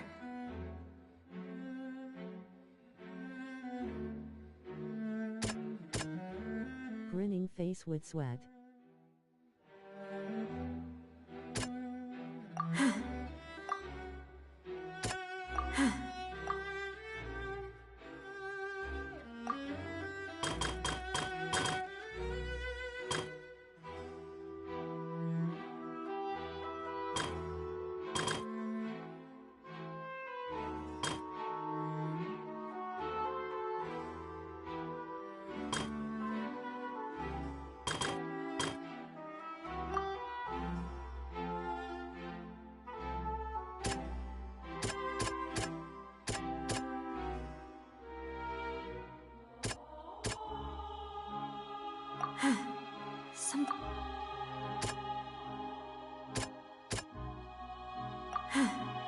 Something's not...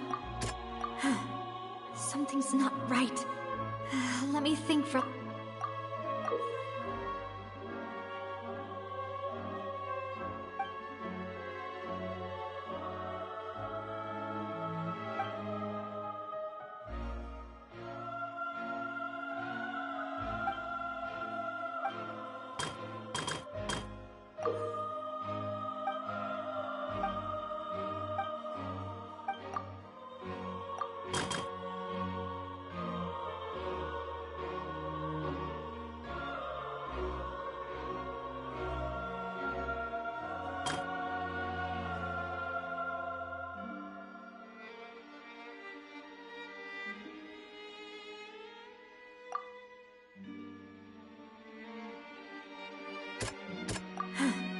Something's not... The testimony of the victim's family confirms that Jacques had thoughts of assassinating Callus when he set out for the banquet. However, in the end he reconsidered, and instead shared everything with Callus, hoping to seek the latter's protection. Unfortunately for Jacques, the true culprit had already considered this possibility, and had sent out another assassin.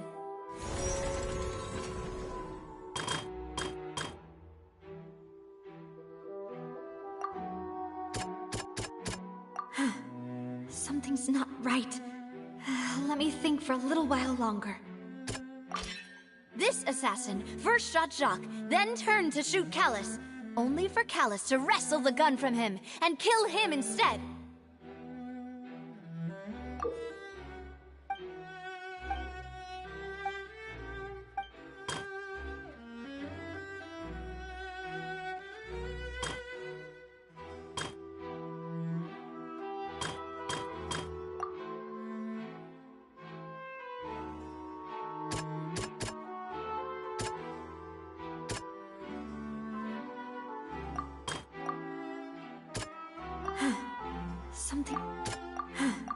Something's not...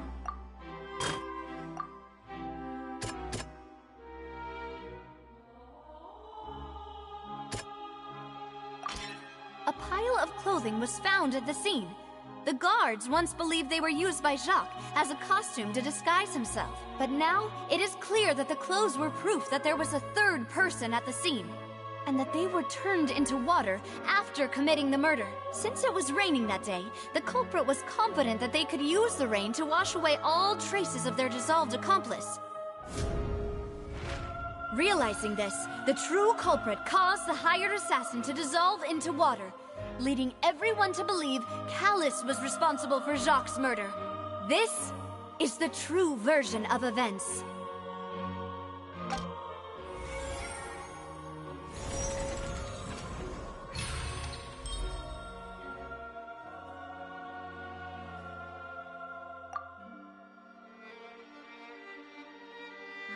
So that's what happened. Wait, you're telling me something as dangerous as water from the primordial sea has been used for all these years? What a great theory. It also explains Callus's and Jacques' respective motives. I guess they didn't shoot each other after all. Mr. Marcel, you are the one being charged with the crime. You should provide a rebuttal if you wish to prove your innocence. Ah, but I think I agree with everything Navia just said. In fact, there was nothing in her speech that directly implicated me. Then, may I ask some questions? In my opinion, we primarily need to determine two things. One, do you have the evidence to back up your claims? I'm afraid not. At least not at this very moment. Boo! If you don't have any evidence, you should just go home! I may not have the evidence with me, but I know where I could go to collect it. If we look up the deserted clothes against a record of people who went missing around the same time, we should be able to find a match. Considering the serial disappearances case, the guards probably kept careful records of all missing persons from around that time, regardless of age or gender. That makes sense to me. Monsieur Neuvillette, I would consider this to be a reasonable investigative direction. Why do I feel like Farina's acting a little differently today? Maybe she's scared of embarrassing herself again? Alternatively, she's become more diligent after charging an innocent citizen in the last trial. My second question has to do with the ensuing duel. If the truth is indeed as you described, then why didn't Mr. Callus explain himself in court? If he had testified that a person had been dissolved, he could have at least mounted a defense. I've thought about this too, and the answer is actually pretty simple. He felt there were things that were more important to him. The dissolving power of water from the primordial sea is an important secret for the true culprit of the serial disappearances case. My father could have exposed it for all to see, but he chose to take it to the grave. At that time, Spina di Rosula was in dire straits, and his reputation had already been shattered. He had no guarantee that going forward with the truth would allow the culprit to be brought to justice. What was certain, however, was that it would paint a gigantic target on my back. Boss once told me that Demoiselle had already been selected as the next target of the serial disappearances case. What? If the secret had gotten out, the culprit would have fought an all-out war with Espina right there and then. I wouldn't have been the only one in danger. All of us would have stood to lose our lives. Of course, the guards might eventually figure out the truth of the matter and determine that we were in the right. But what good would that do? How can a hollow verdict protect anyone? Had this opera house ever given my father any kind of confidence in its brand of justice, Spina di Rosula would have had no reason to exist. But by staying silent, we retained the ability to deter our opponents and continue the stalemate. I was able to become Spina di Rosula's president, which made me harder to target, as well as giving me more time to grow and learn. And once I have figured out the truth and stepped up to the challenge, I will do what this opera house cannot, and restore my father's truth and honor back to him. So, you mean to say, your father intended to die in the duelist's ring? That's right. Do you have any proof? Of course. All you need is to ask his opponent, Clarand. I don't need your apology, your guilt, or your support from the shadows. You don't have to do anything for my sake. But since he entrusted his will to you, Clarand, you should tell us the truth about his sacrifice. So, during the duel, did you believe that Callus was intending to die? Yes, I did. As a champion duelist, I've fought many battles and taken a countless number of dishonored lives. In my line of work, I've seen all kinds of people give their all for the faintest hope to continue living. Some were determined, others passionate, and some even manic and twisted. Just one look and I can tell if a duelist is hoping to live or if they're looking to die. I hereby swear on my name and honor as a champion duelist that Mr. Callus never intended to leave the ring alive. Since that's your testimony, I have no more questions. It appears there really are good grounds to reopen this case. I concur. However, Miss Navia, you still have not explained the link between your father's case and the serial disappearances case. Right? What she said was fascinating, but kind of beside the point. Wait, weren't they just talking about the serial disappearances case? Of course, Your Honor. The two cases are connected via a matter of timing. In my father's case, the culprit intended to kill both Jacques and Callus. As a result, they planned to act after hearing 2 gunshots. And, at the end of Linny's trial, the culprit also only dissolved the victim in front of everyone because they realized they were at risk of being identified. The culprit could only time their actions so precisely if they were already at the scene. Coincidentally, Marcel attended both the banquet and the trial. So that's why you suspected me. Even after hearing your reasoning, I still can't help but find it a little preposterous. I'm used to it, though. You've always been an impulsive and sentimental child, Navia. It's one of your most endearing traits. No need to appeal to pathos. I won't try to refute your points one by one, but even if everything you just said was true, can you prove that I was the only person present at both events? On top of that, does a person have to be physically present to control the timing?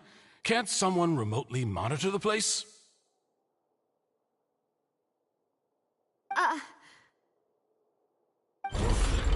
Not much you can say to that.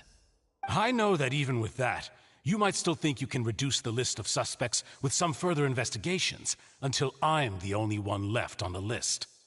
Alas, who won't feel at least a little hurt by an accusation of murder from a girl you see as your own daughter?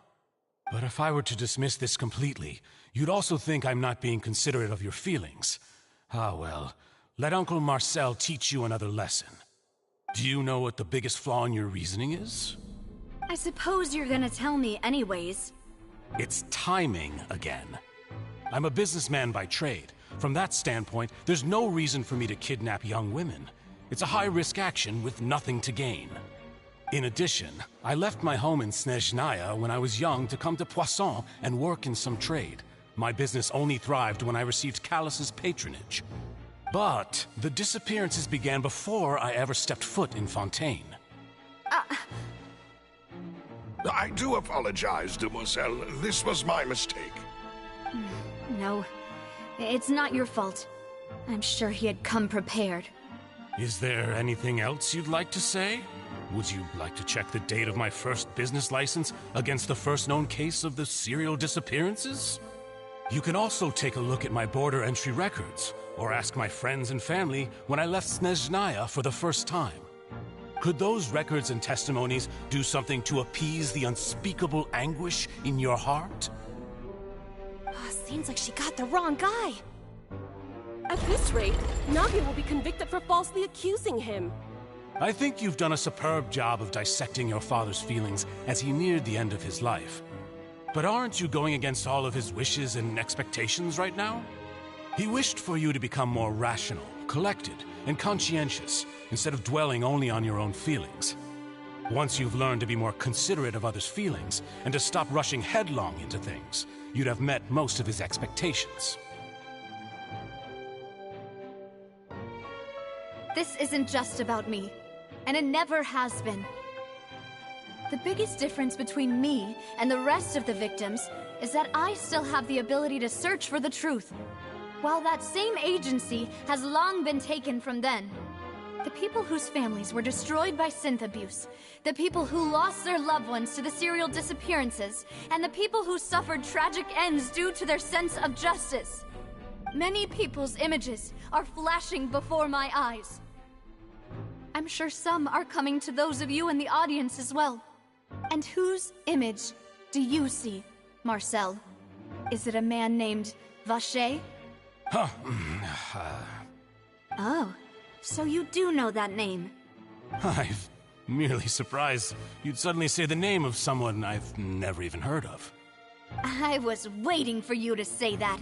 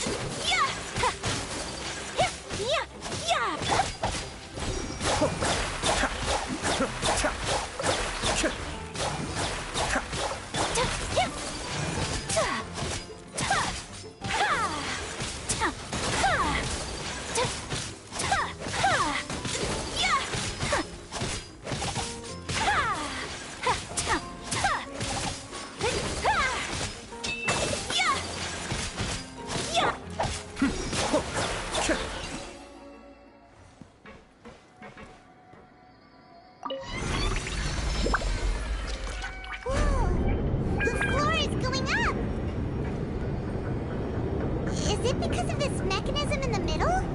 That guy really prepared a lot of stuff for this place.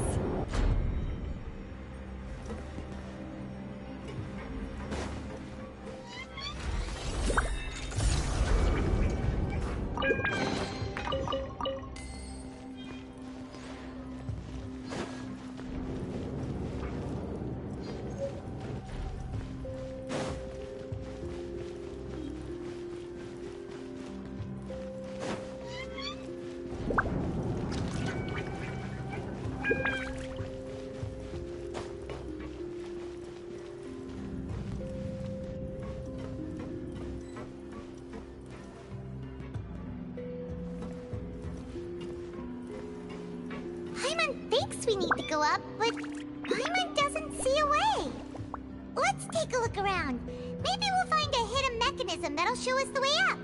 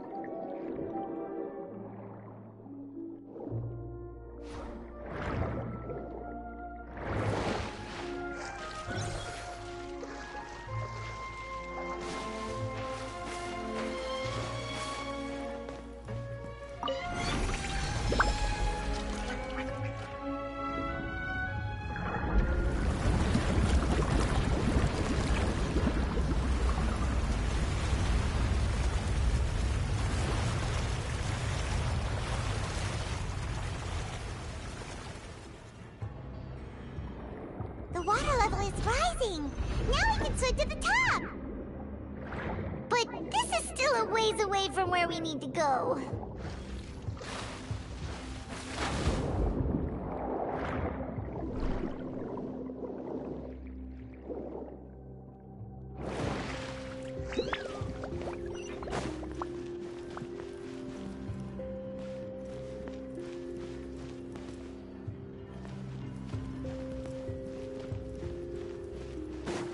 Cascade!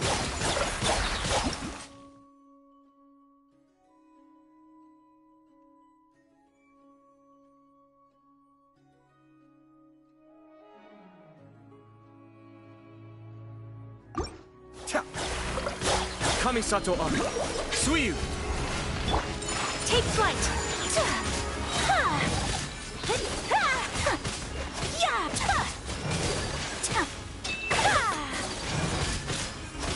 My apologies!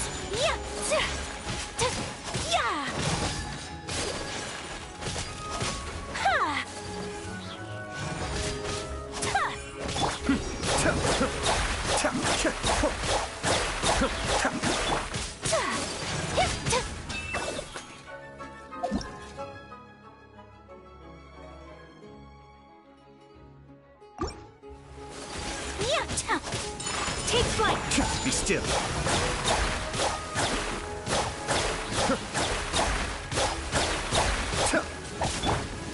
Unthinkable!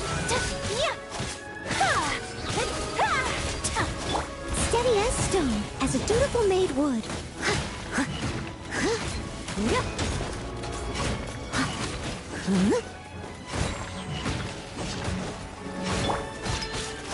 My opponent!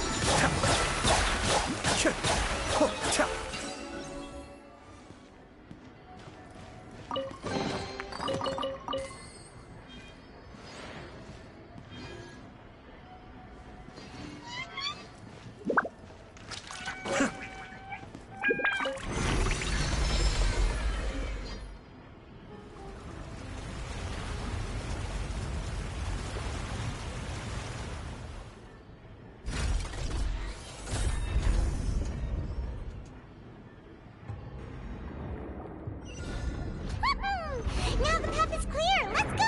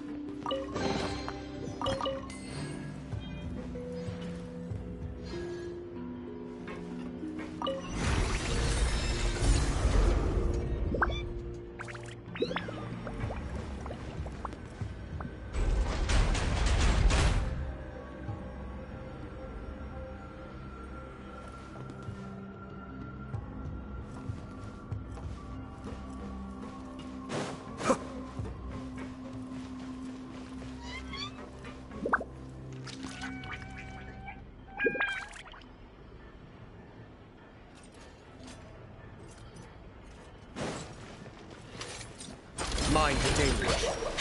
Be still.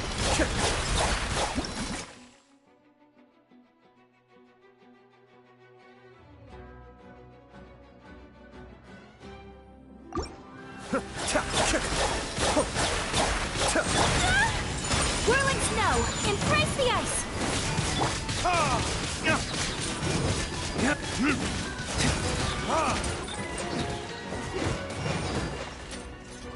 Burn!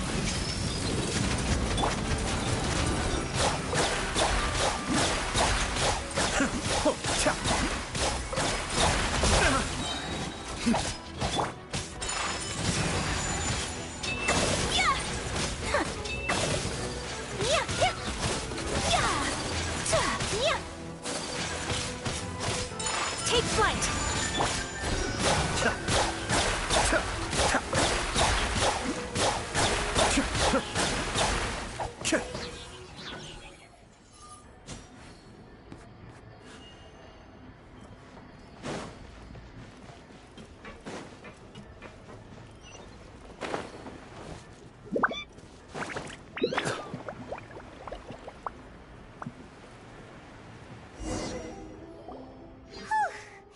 After all that, we finally made it to the innermost sanctum. Though, as expected, the mastermind isn't here. That's right. Then let's hurry up and find some evidence so we can get back to the Opera House and help Navia.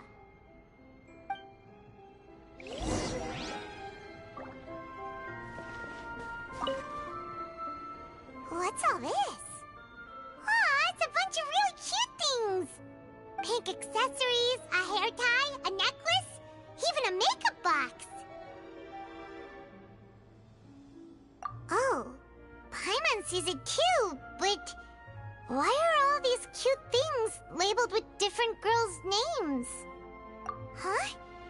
You mean the girls from the serial disappearances? They were brought here? And then they were turned into water. And all the boxes of things, these names. That means... Oh, this is terrible!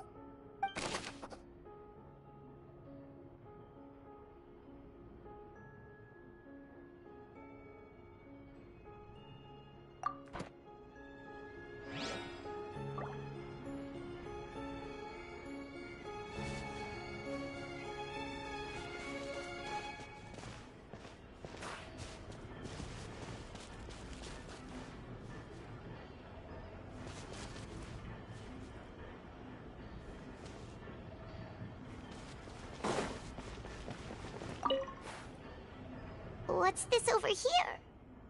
Looks like some kind of place for research. Experiment number 16 aims to verify Jacob Ingold's research conclusions on the primordial sea and use his theory as a foundation to achieve a breakthrough. The experiment was a failure. No individual managed to resurface from the water from the primordial sea. Female specimens 22, 23, and 24 were dissolved. Sorry, Traveler. Paimon will try her best. It's just that Paimon's never read something so scary before. How can someone write something that terrible in such a matter-of-fact tone? You read the rest. Paimon's too scared to keep going.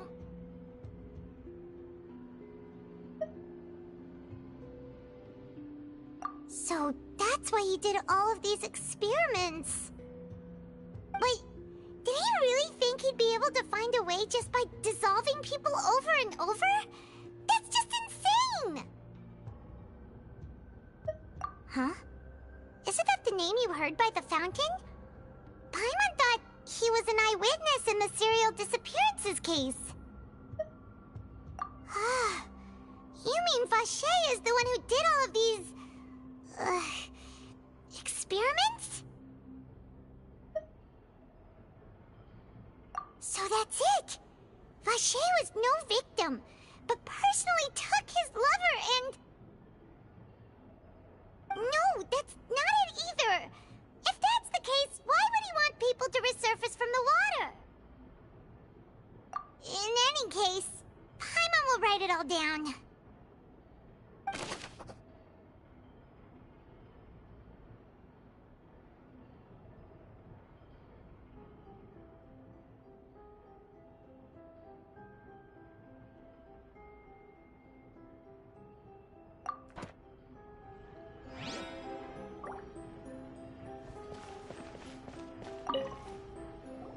Whoa!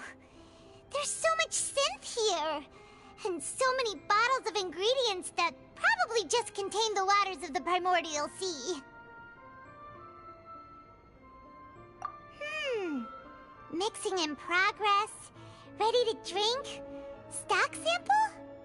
Huh. They've also got all the synth pretty clearly labeled. Whoa! There's even fruit-flavored synth? Yep, it's super obvious.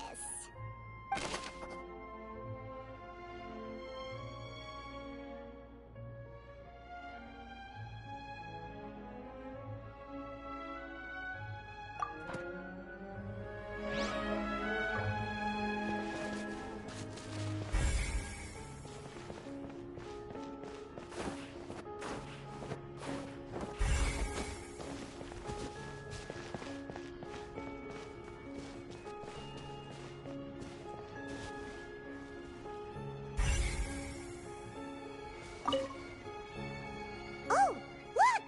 There's an important-looking basin over here, and it's full of water! That means this is where they make all the synth! And that special water is the main ingredient! If you dilute it with normal water, you'll get synth, but the pure stuff can dissolve a human! Paimon will take notes on this incriminating evidence.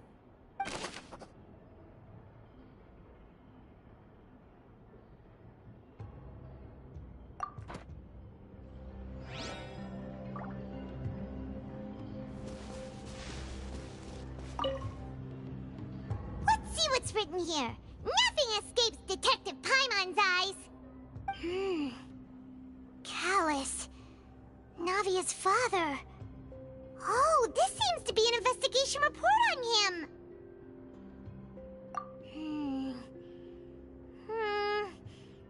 Yep, it's about finding someone to assassinate Jacques and Callus because of a lack of confidence that Jacques himself would go through with it. This should prove the existence of the third person, right? We still have not determined the exact content of the key information Callus has passed on to certain members of his organization. The old dog's a real menace to deal with. Even if he abides by the promise he's made to us, he will still have the upper hand. He can act whenever he wants to make our lives miserable. The only option left is to remove him from the picture entirely. I concur. Let's send someone to kill him. He won't declare war as long as we don't touch Navia. Oh, seems like we've got a bunch of correspondence between the higher-ups. They're all just so evil.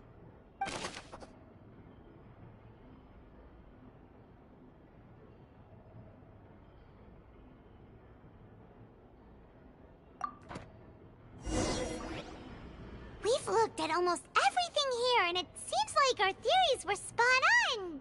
But yeah, we haven't found anything that reveals his true identity. No wonder even Noelle wasn't able to find anything. Whoever it is probably destroyed everything to do with that name a long time ago. That way, even if we bring all this back to the opera, we won't be able to identify the true culprit. Sure thing. Paimon won't admit defeat to this guy either.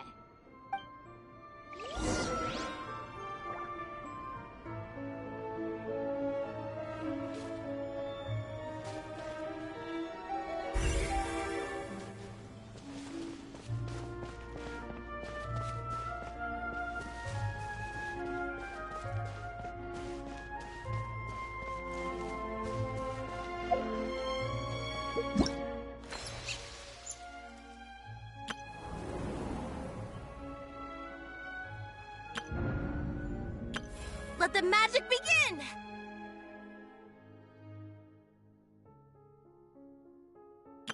Wow! I can join the team?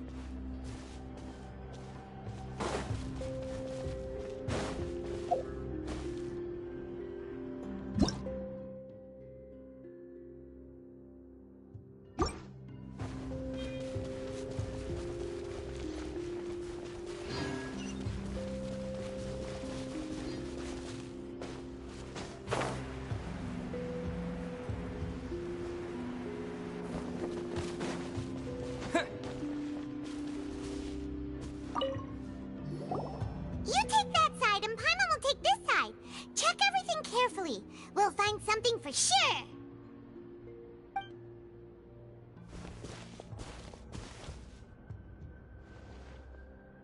Ugh. Nothing at all. And Paimon can't even find snacks either. Whoa, really? Let Paimon see. Vinier. Isn't that Vache's lover's name? Then you found her diary. Let's see. Aw, it's just a normal diary chronicling their love story. She was so sweet, too. Oh, Paimon feels even worse for her now.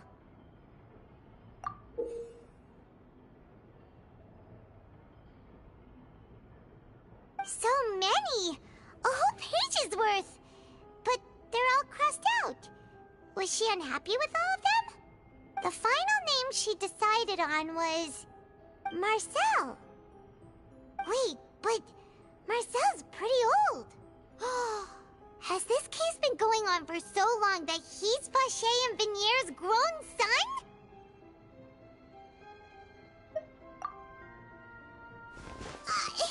Hey! Paimon still hasn't figured it out yet.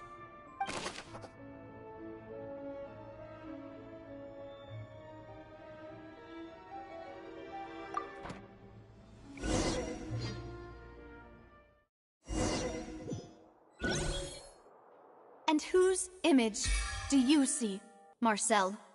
Is it a man named Vache? Oh, so you do know that name. I'm merely surprised you'd suddenly say the name of someone I've never even heard of. I was waiting for you to say that. Navia! We're back! As expected of my partner. I just knew you'd return in the nick of time. Just how often do you intend to flout the rules of this court? It's all right, Monsieur Nervalette. Given their confidence, I expect they've found the crucial evidence.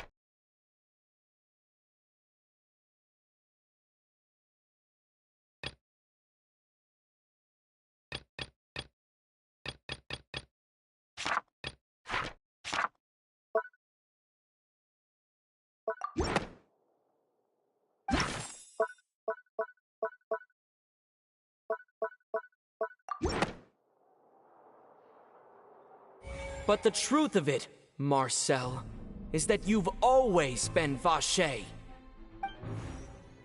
Huh? We've investigated your lair and we already know everything! After your lover, Venier, was dissolved, you kept abducting young women to experiment on the hopes of bringing her back to you! You even created Marcel as a new identity and destroyed all records of your past as Vache! So that's it. Even the villains in opera performances rarely go that far. And with that, Marcel's motive has now been established. This information regarding your past also dismantles your prior timing defense. Well, Marcel, do you know where you went wrong? You fixated your gaze on the lover that passed away, instead of paying attention to the living people around you. So, you never noticed how we changed, or how we grew as individuals. You also never understood Boss's real expectations for his daughter. Or our determination to see things through. Your determination. Mr. Marcel, please speak up now if you would like to defend yourself. Otherwise, the trial will move on to the next stage. Do you really think I wanted to do any of this? Pay attention to you? What for? Have you ever paid attention to me? Ever empathized with my pain? Ever known how it feels to watch the love of your life dissolve right in front of your eyes? No one helped me. No one even believed me. All those decades ago, even the officers from the Maison Gardiennage were laughing at me. They said there's no way a human being can turn into water. So I must have gone mad from grief. Vignère's death was brushed away by all of you as if it didn't matter at all.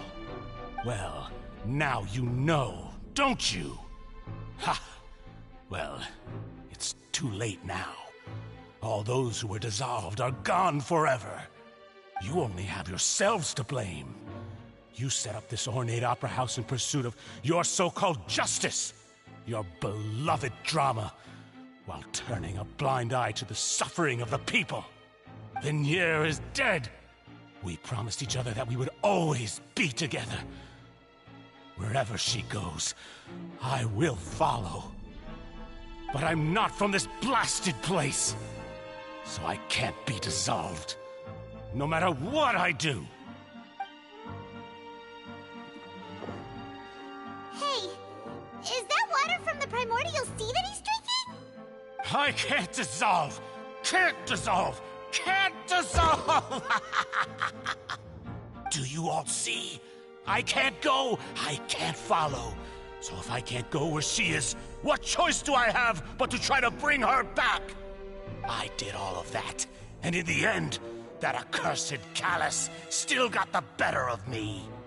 I spent my entire life living on pins and needles, only to get stabbed by his idiot daughter at the very end. The suspect is exhibiting signs of mental distress. Guards, please restrain him. Don't touch me! Don't anybody come near me! I still need to save Vignère. I promise. We made a promise. Vignère. Vignère! Please, Vignère. Don't think badly of me. All I want to do is fulfill our promise. At this point, the verdict of this trial is clear. With Mr. Marcel's conviction, the charges against Mr. Tartaglia no longer have any basis. Fine by me. I was in a bad mood, but after a show like that, I'm actually feeling pretty good. Traveler, please submit all the evidence you have collected to the guards, so that I might review and summarize the truth behind the serial disappearances case. The man now known as Marcel was originally named Vacher, and worked as an adventurer with his partner and lover, Vignère. During an underwater expedition, Vignère accidentally came into contact with water from the primordial sea, and was dissolved in front of Vacher as a result.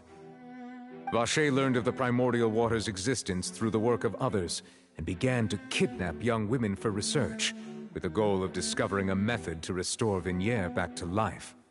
To cover his tracks, he invented the new alias of Marcel, and began to operate a business in Poisson.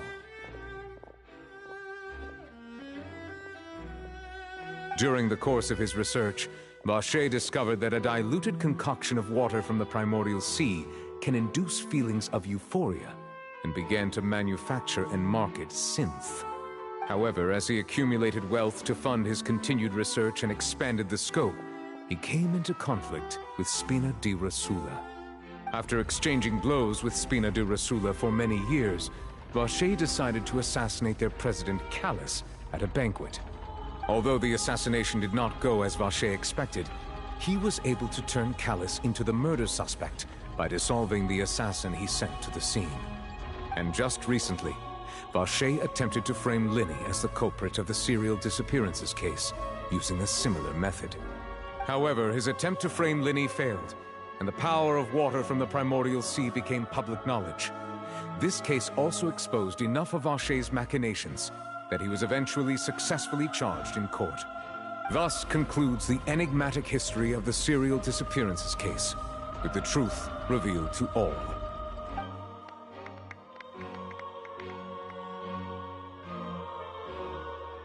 The Oratrice will now deliver the final verdict regarding the charges against Mr. Vache.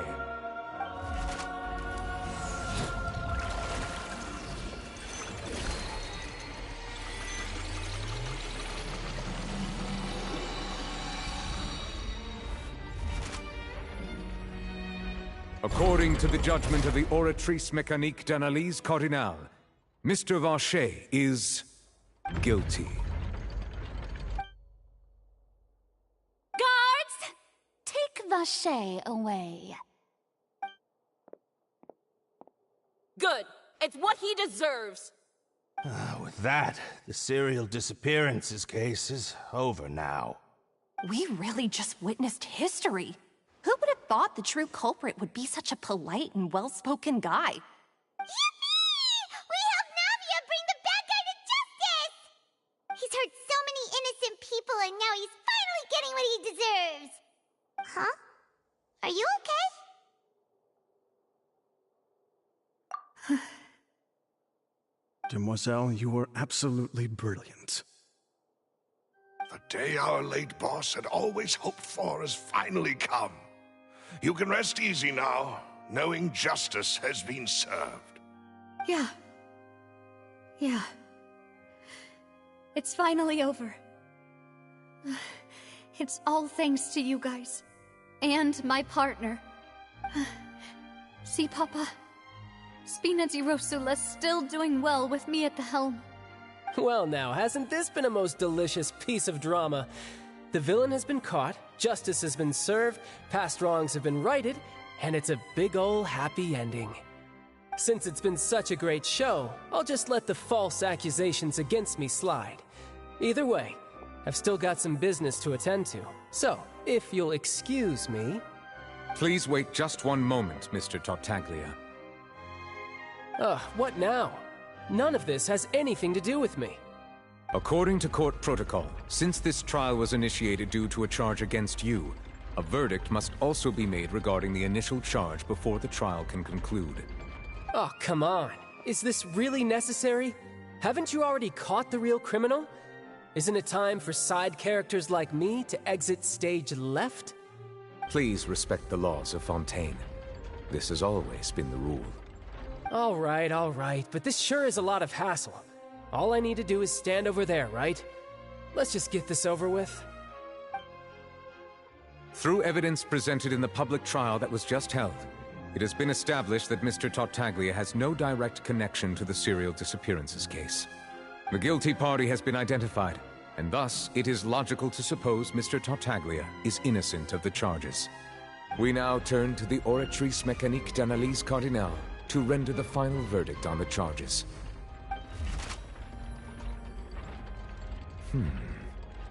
According to the judgment of the Oratrice Mécanique d'Analyse Cardinale, Mr. Tartaglia is guilty.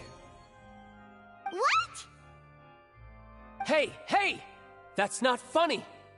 Didn't you just say I'm supposed to be innocent? What's with this verdict? Is your justice machine malfunctioning?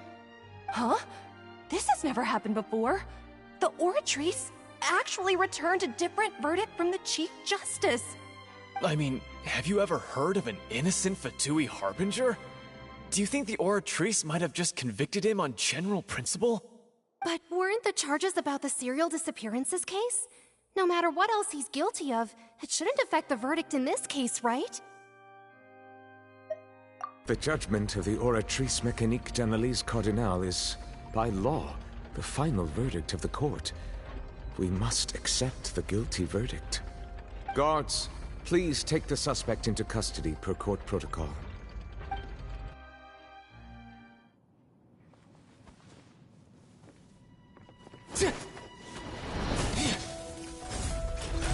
So this is how justice is done in Fontaine.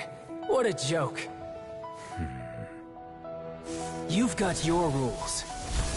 Well, I've got mine too!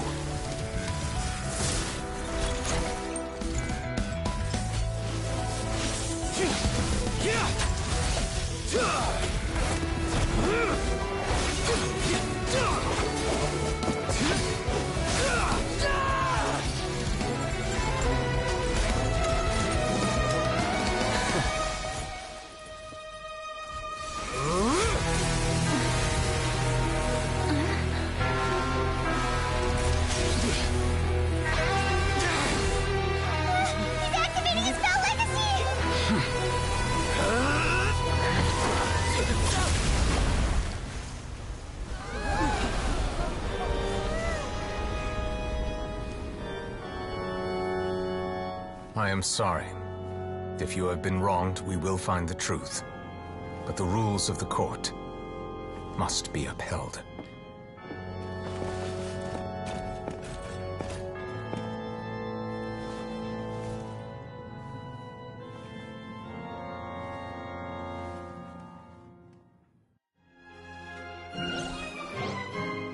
Hey, Monsieur Novelette, what's going on? Shouldn't they have been cleared already? So the first time I've encountered such a situation. However, according to the rules established at the conception of Fontaine's judgment is the final verdict of the court. All I do is follow court procedure.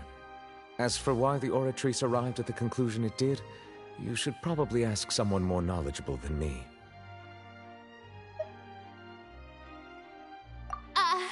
Why are you looking at me? I had nothing to do with it! I don't know what happened there either! Hey, stop staring at me! What does Lady Farina mean by that?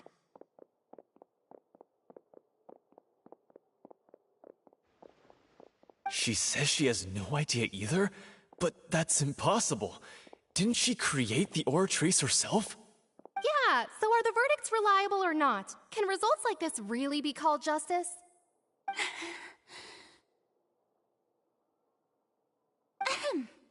My dearest citizens, did you really think we'd allow an incorrect verdict to be handed out in this court?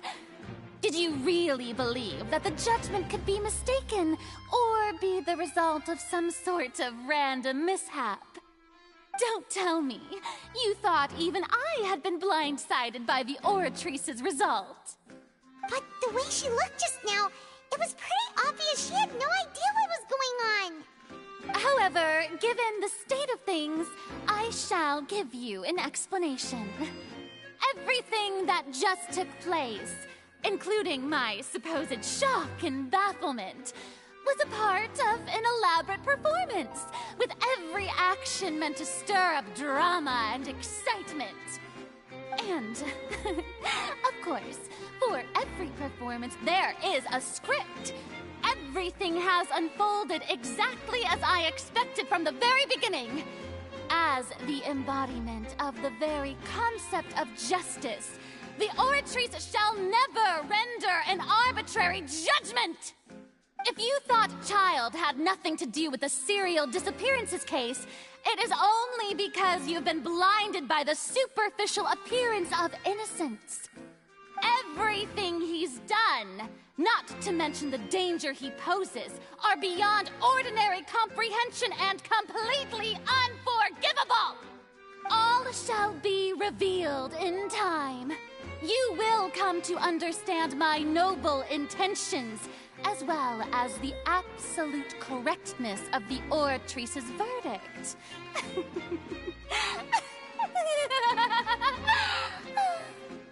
Now, having said that, although I hate to leave things hanging in suspense, it is now time for this performance to end. As the lead actress, I shall be the first to take my leave. Toodaloo! So she chose to make her escape after all, did she? So you're saying we shouldn't put much stock into what she just said? She probably just put on that performance to save face. As for the truth, it's unlikely that she actually has any idea. However, please be assured that I will continue to investigate this case in a personal capacity. Just as I promised, if the judgment has been incorrect, we will do our utmost to clear his name. All right. Even though we feel pretty badly for him, we'll take your word for it for now. After all, he's done plenty of bad stuff, so he should have known he'd go to prison someday, right?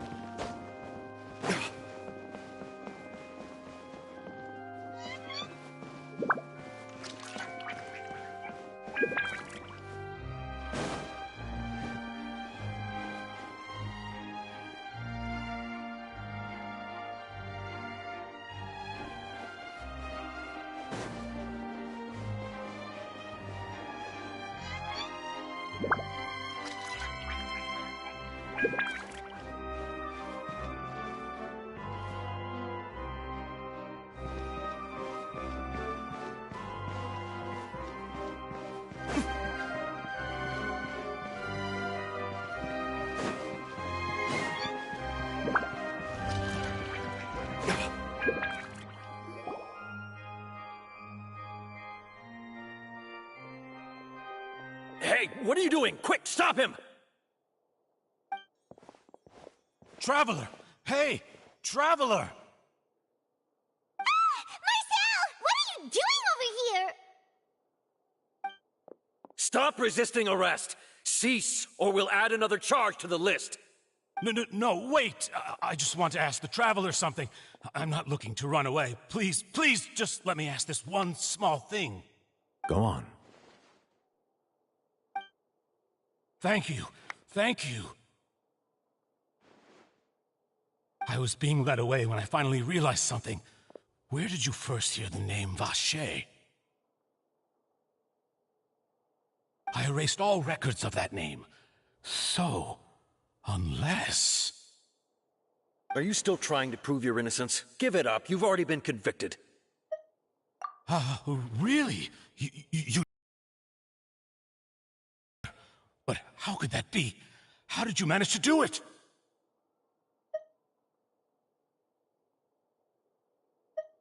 The Fountain of Lucine? Then she's been so close to me all along. And I just never... Please give me a chance to talk to her again. Just let the Traveler take me to the fountain to see her one last time. This is the last request I'll ever make in my life. You can do whatever you want to me afterwards. I don't care.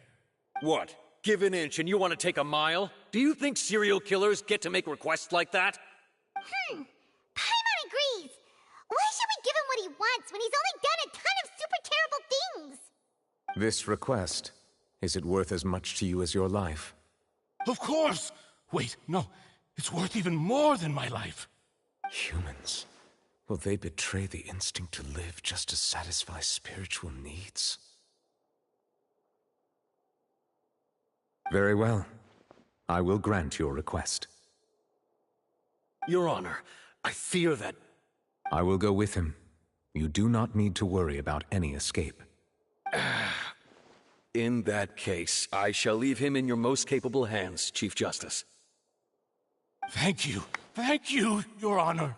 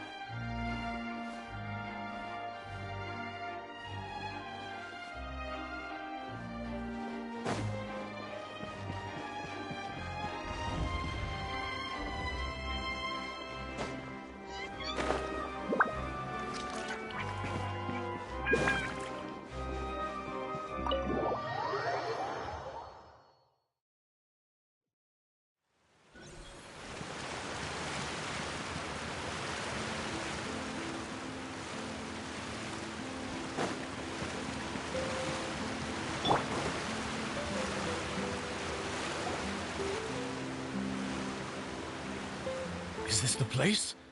You said she's here, but what do I need to do to see her?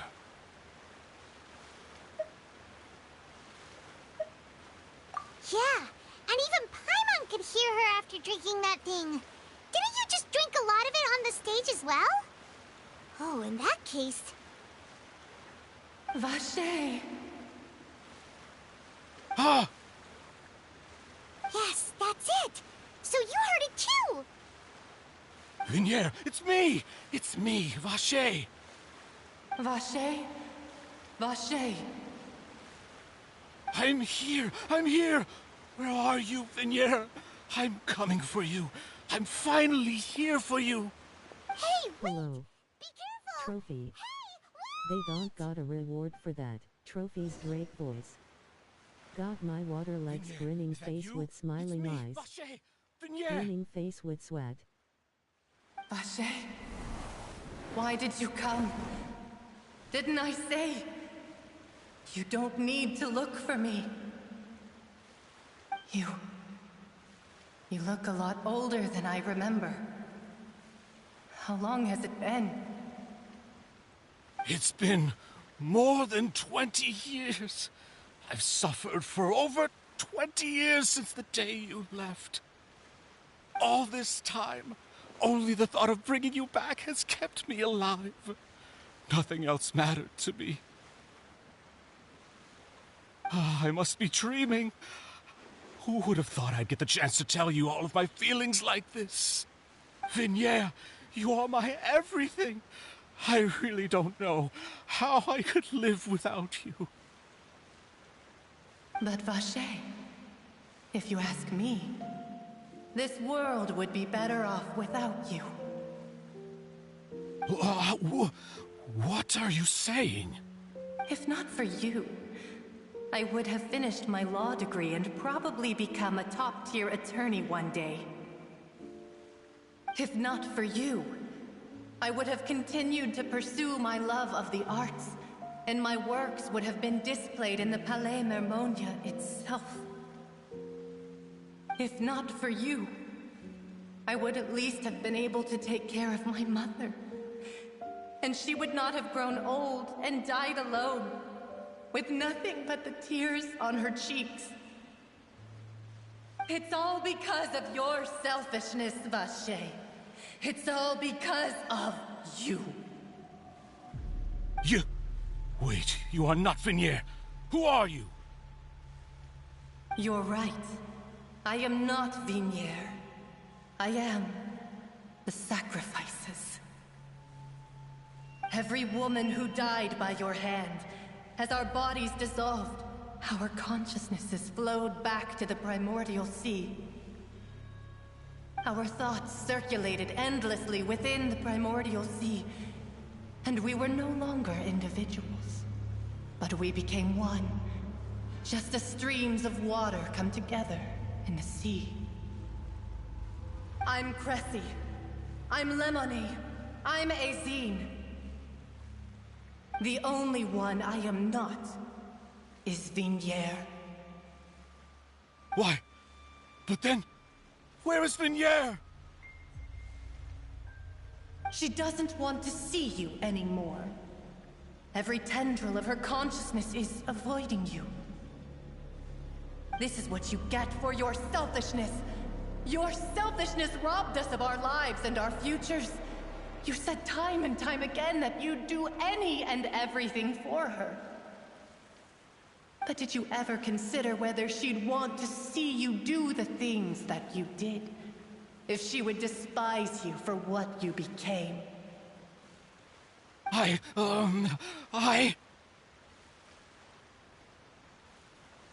You are a liar, a heartless murderer, and a cowardly narcissist. The only thing you are not is Vinier's beloved. From the moment your first victim died and her consciousness merged with Vinier's, she has had nothing but pure hatred for you.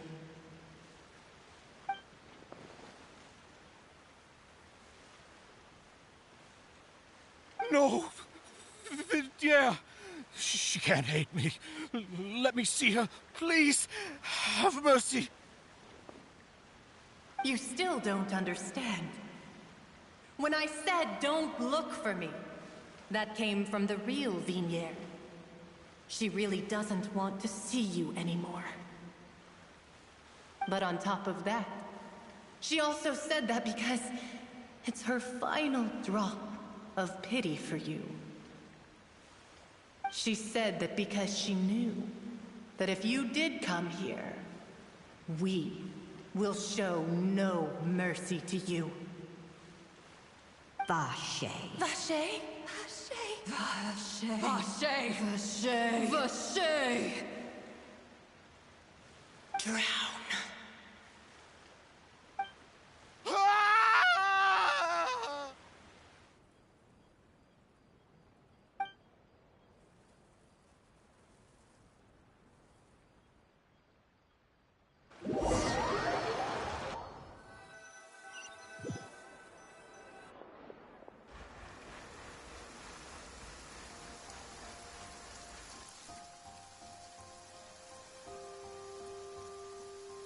Finally, we have some time to do shopping.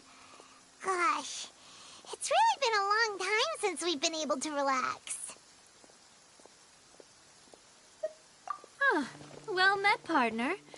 I knew something great was going to happen when I woke up in such a good mood today. Even this weather can't put a damper on the demoiselle's mood. It's a pleasure to see you both again. Oh, hey, Navia! It's been a few days. Paimon's already started to miss you. Oh, now that I believe. I'm easy to work with and always bring home the bacon. Who wouldn't treasure having a partner like me? Sounds like you're really enjoying life these days, Navia. What have you been busy with since the trial? It's just been one thing after the other. I've been making non-stop trips between Poisson and the court since then. Everyone from Spina di Rosula organized a memorial for my father. We never held a memorial when he first died, since everyone knew that even if we held one back then, no one was going to come. This time, though, everyone in Poisson, and even many people from the court, all attended. So his name's definitely been cleared now. That's what we like to hear. It's been the dearest wish of Demoiselle all along. That blasted stubborn fool. I was right to put my faith in him. I'm so glad I didn't give up on the case all those years ago. Oh, by the way, I ran into Charlotte just after I left the memorial service. Well, maybe it'd be more accurate to say I knew she would be there, and there was no way she'd just let me go. Huh? So you know Charlotte too? The Charlotte? Journalist from the Steambird? Yeah, way back when I first became the president of the Spina di Rosula, she was all over me. Wouldn't take no for an answer. I believe the story was called The True Heart of Darkness, Secret Tales of the Yellow Rose. To be fair, though, it was a really flattering feature. So, we've been on pretty good terms ever since. She was trying to lean on our friendship to get me to do an exclusive piece on the serial disappearances case. Oh yeah, she told us about that. She's always been super interested in that case, so now her wish has finally come true too. Anyway, I told her to make sure that when she writes about you guys entering the opera house with the critical evidence, that you both sound really cool. Now that's another thing to look forward to. We trust Charlotte's skills with a pen for sure. Oh, and in other news, I also took Clarand out for a meal. Oh, are you two on better terms now? While you were investigating Vache's headquarters, Clarand gave testimony on my father's behalf. It was thanks to her that we were able to turn the tide. I wanted to thank her. I mean, there's also no point in being awkward all the time, so we took the chance to reconcile with each other. Oh, that's great. Paimon also thought Clarand wasn't actually a bad person. It's always good to have more friends. Anyway, now that the case has finally been solved, perhaps it will slowly begin to fade from the public consciousness. Oh, actually, there's still one last thing I need to do. What is it? I should pay a visit to my father's grave and tell him the truth of what happened, as well as how it all ended. And on top of that, just how much people still look up to him to this day. That includes me, too. Miss Navia. Indeed. We want to go too! We also think Callus is a really admirable person. Sure thing. I'd like you two to share the moment with me. After all, without you, there might not have been such a positive ending. And in that case, everyone, let's be off. Considering the recent weather, we'll be lucky if we can reach Poisson before dark. Yeah, you're right. It's been raining non-stop for a few days now.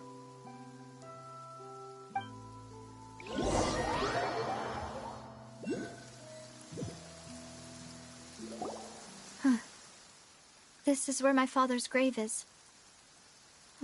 To be perfectly honest, even I haven't been back here for a long time. Huh? There's someone there already. Wait. That figure. It can't be... Isn't that Nouvellette? Why would the Chief Justice be here? Huh? Navia?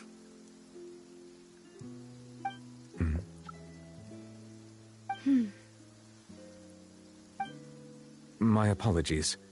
I should have asked before coming to pay my respects. Don't say that. Sorry about that. Oh, I was trying to say there's no need for you to apologize. I wanted to show my father how much I've grown, but still, I doubt I've grown to the point that even the Chief Justice would feel compelled to apologize to me over and over. In that case, I will stop apologizing for now. You really could use some pointers on understanding human emotions, Monsieur Neuvillette. In any case, why did you come to Poisson? Well, ever since that day, I've been turning a question over and over in my head. Just what is justice anyway? There was once a time when I didn't want to believe that there could be anything more important to humans than life itself.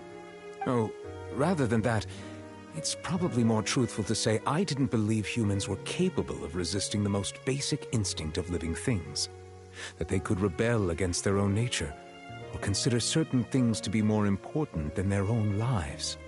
Which is also why I didn't stop your father from beginning that fateful duel. I believed that a truly innocent man would never throw away his life like that.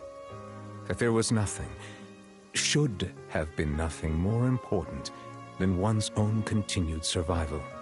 But Mr. Callus proved me utterly and decisively wrong.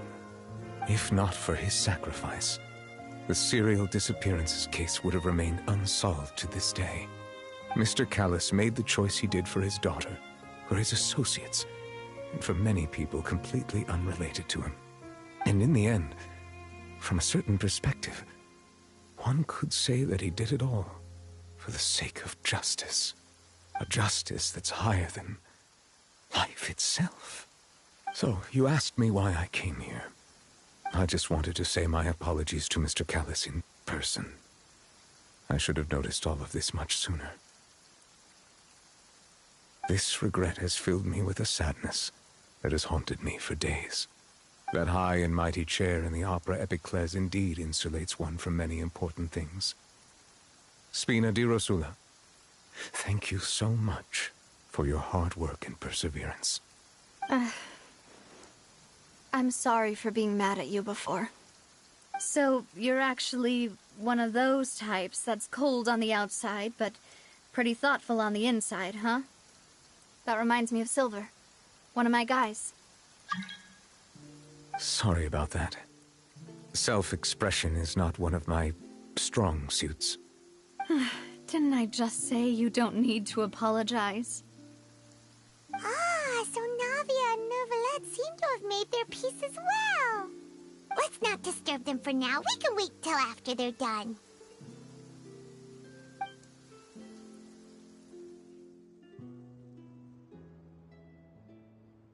Hi, your streaming content is top-notch. I'm a huge fan of your unique style and expertise. Let's connect on Discord, username, bloomit0174. Huh? Oh, Paimon didn't know that was a thing! But Paimon doesn't know what she would do if she can't fly! Oh no! Paimon hopes Miss Navia won't be too mad! Anyway, Nervalette is still standing around there. It's not often that we can catch him alone like this, so why don't we go talk to him for a bit? If we can't talk to Lady Farina, we can at least talk to him, right?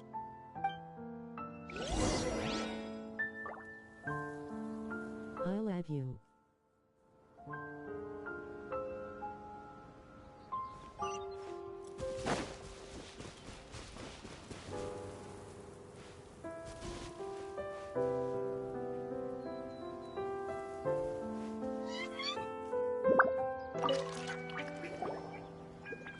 Oh, it's you two. Did Miss Navia invite you to come pay your respects to her father? Mm-hmm. We ran into Navia on the streets today, so we just followed her here. I see. Then is there something that I can help you with? Well, it's pretty hard to run into you like this, since you're usually super busy. So we figured we could try to ask you a few questions, if that's okay. Please feel free. Though outsiders, you helped us solve one of the greatest mysteries in Fontaine, and it would be my pleasure to return the favor.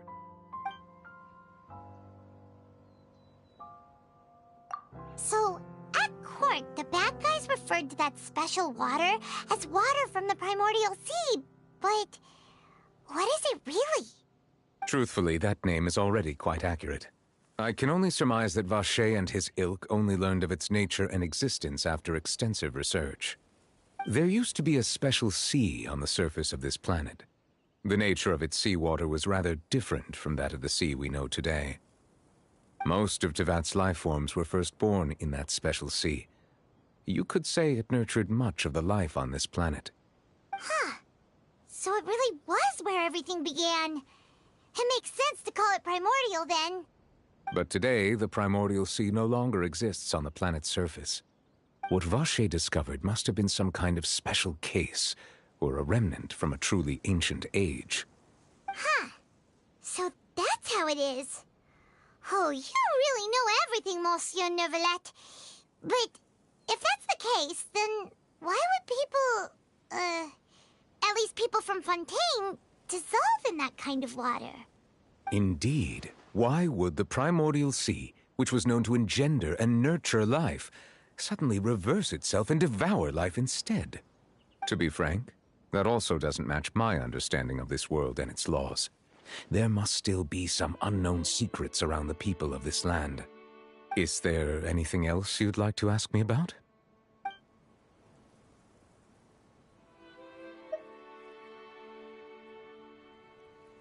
That the sea levels will rise and everyone will be dissolved in water, leaving Farina crying alone on her throne, but the sins of the people will be finally washed away for good. Does that appropriately summarize the version you've heard? That's right! It was Linny that told us back then. And that about covers all the main points. Yes, up to the present, I think we reached a point where we have no choice but to confront this prophecy directly. Rumors have it that this prophecy is rooted in the last words the former Hydro Archon left to the world before she passed away. A prophecy? Of the former Hydro Archon? Wow. This is the first time that we've ever heard of it. Two parts of the prophecy have already proven correct. The rising sea levels and the ability of the people of Fontaine to be dissolved. We should be more vigilant and stay on the watch for further signs. Speaking of the prophecy, Farina has also always taken it quite seriously. Indeed, she has been collecting information and intelligence from across Tevat for this purpose. If the rumors were true, then perhaps this prophecy is the conundrum left to Farina by her predecessor. But with Farina being the way she is, can we really trust her to solve it? Is there anything else you'd like to ask me about?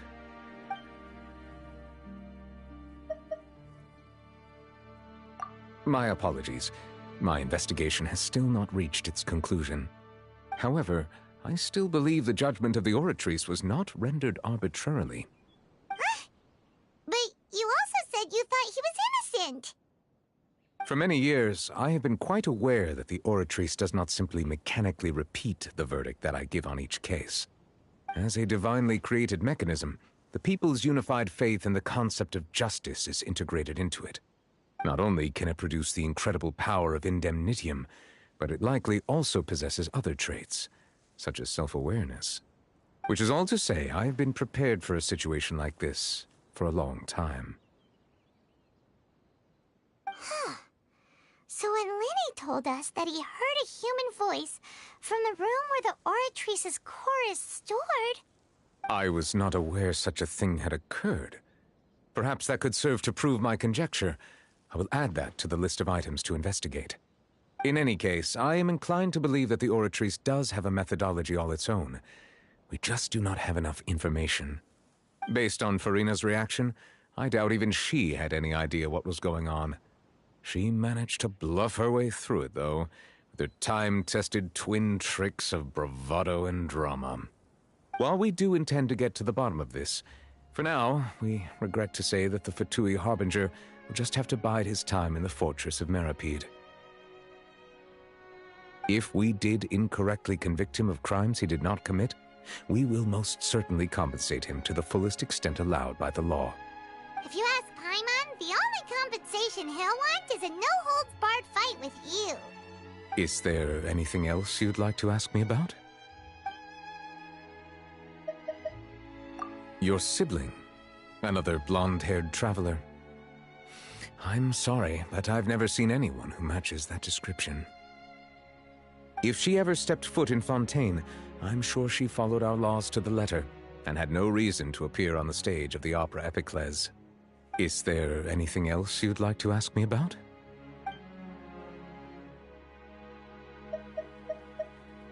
Very well. It was my honor to provide you with what answers I could. I very much enjoyed conversing with you. It will soon be time for me to leave this blissful tranquility behind and return to Palais Memoria. You really are super busy, Monsieur Neuvillette. Paimon thought you only came here to pay your respects today because you had the day off. Crime and villainy do not have the day off, and so justice must work around the clock as well. This is merely the nature of a justice's work. All right. You've got a point. Huh? Paimon just noticed that the rain has stopped.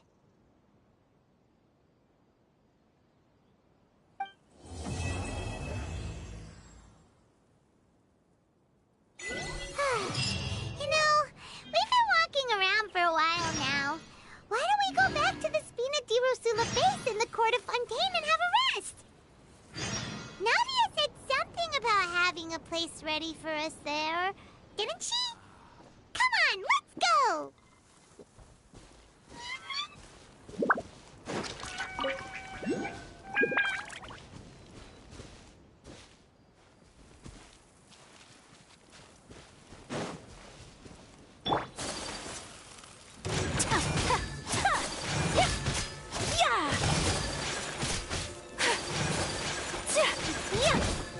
Whirling snow!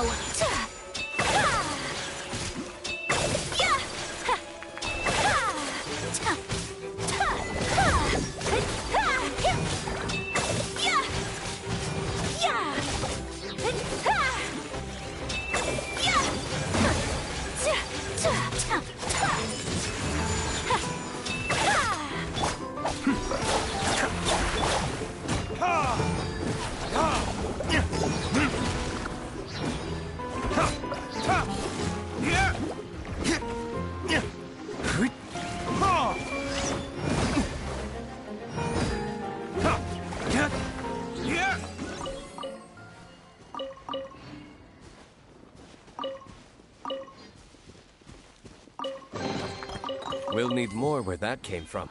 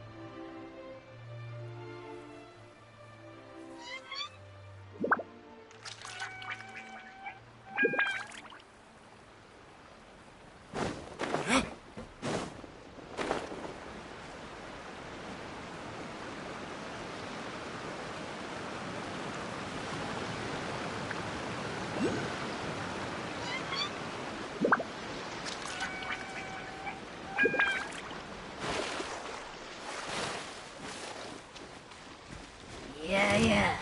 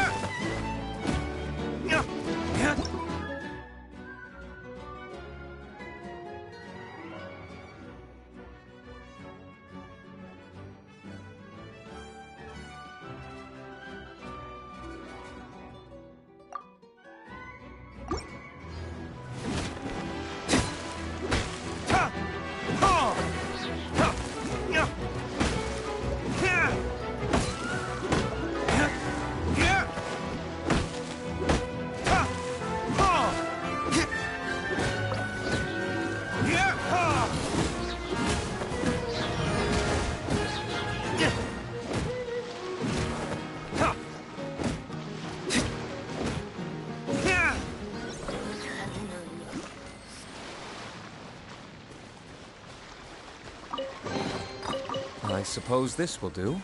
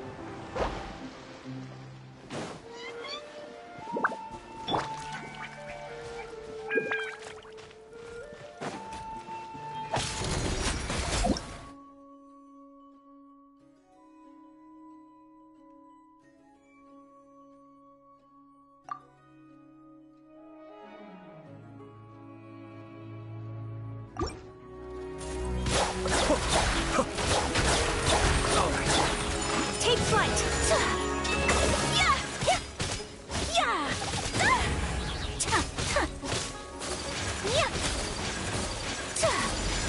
Whirling snow! Cascade! The depths beckon!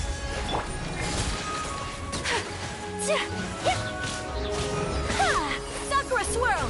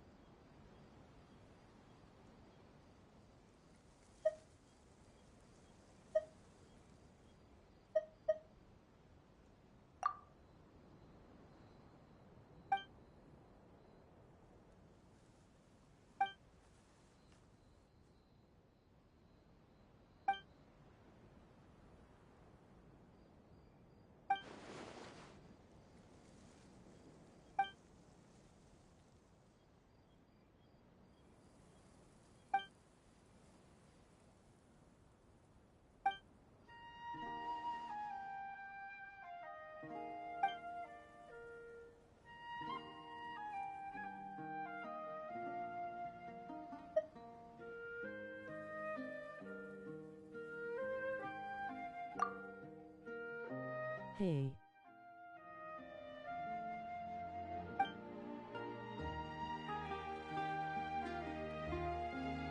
What's going on?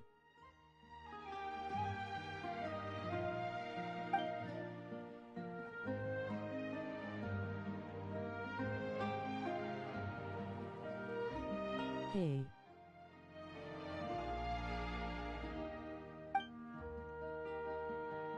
I'm playing catch up.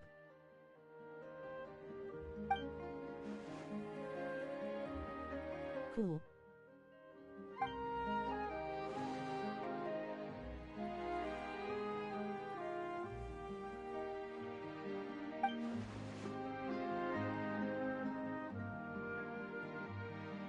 Haven't played since 3.4.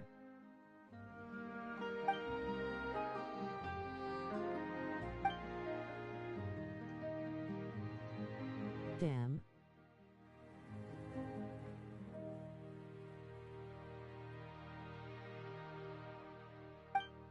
Yeah, a grinning face with sweat.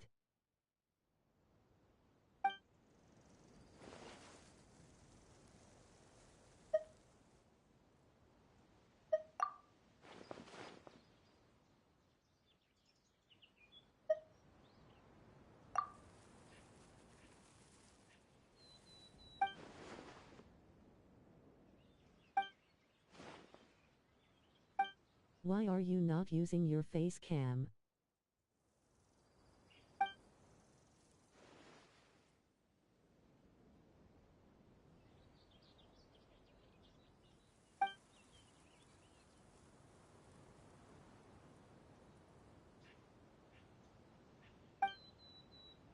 Not set up grinning face with sweat.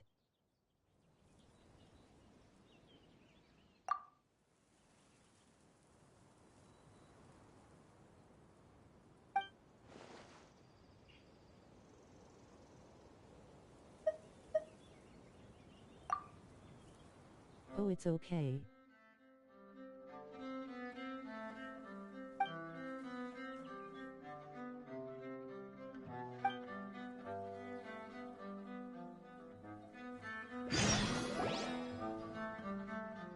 BTW, you can use a VTuber.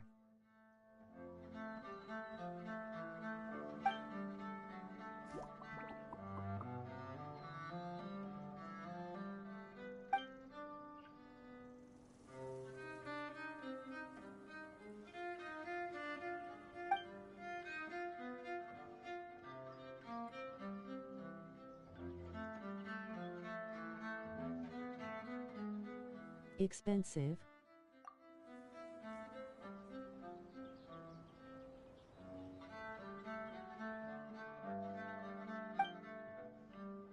Not that much.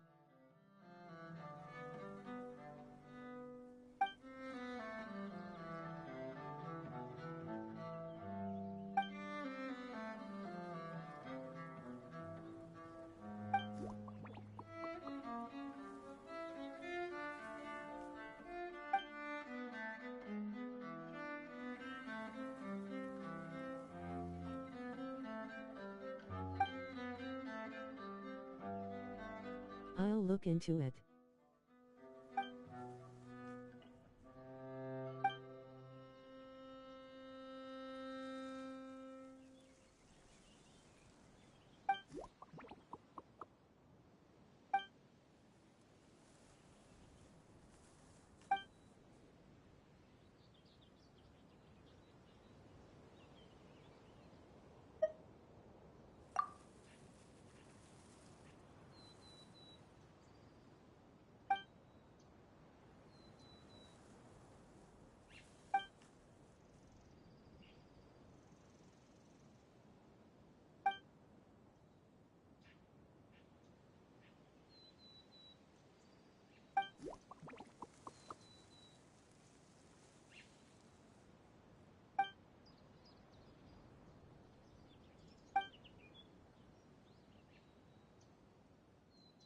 I make these kinds of stuff. If you are interested, I can make you one at a reasonable price.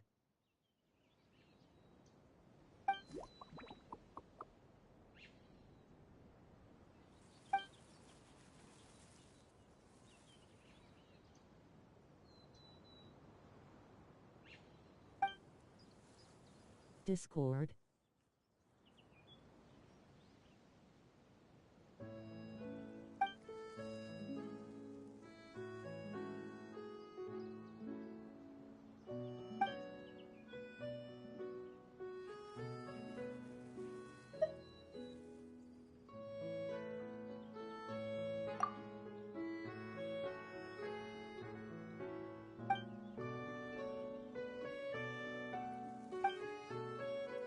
At snowy_me.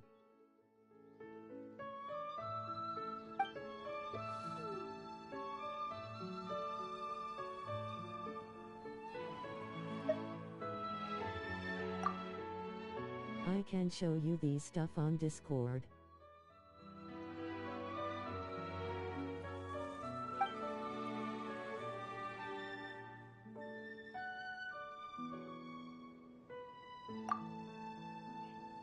Okay.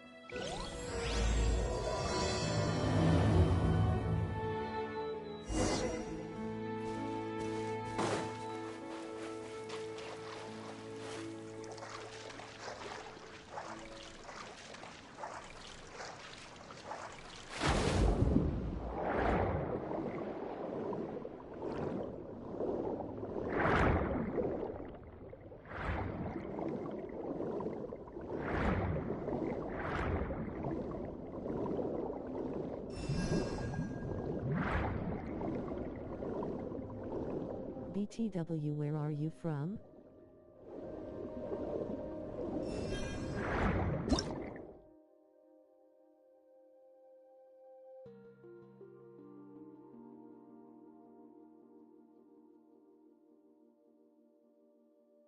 US. California.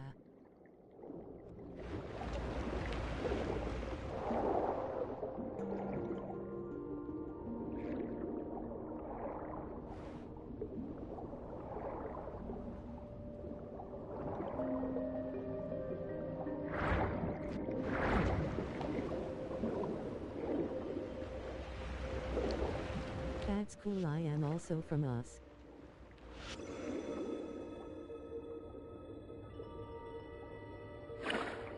Florida.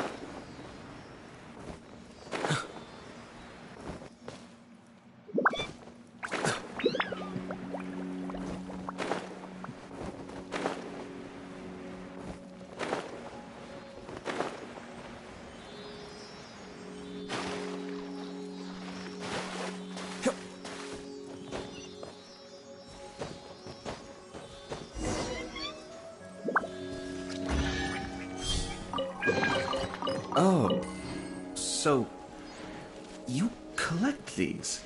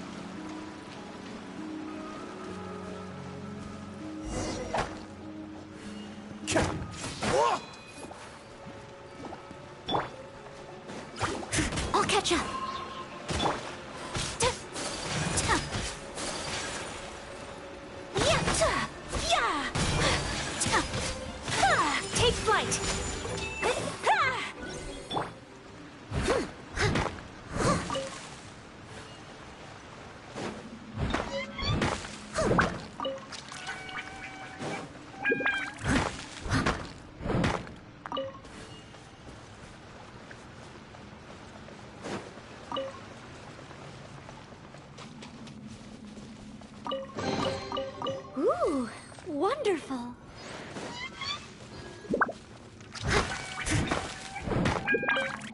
I'll catch up.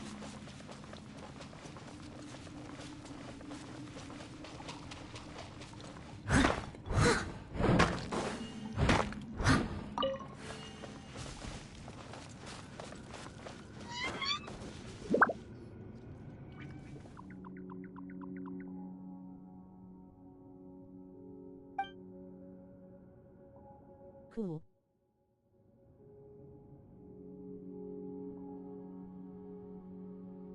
Thanks for tuning in.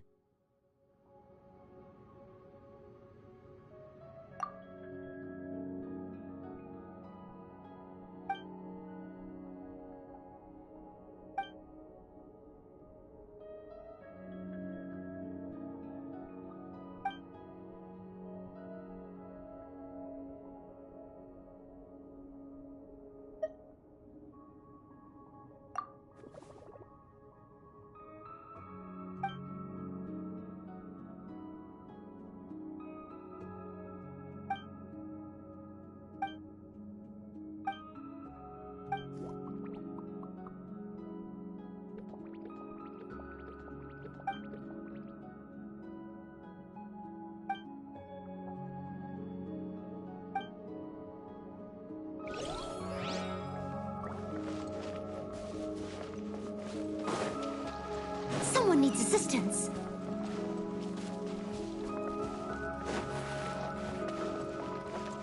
I'll catch up.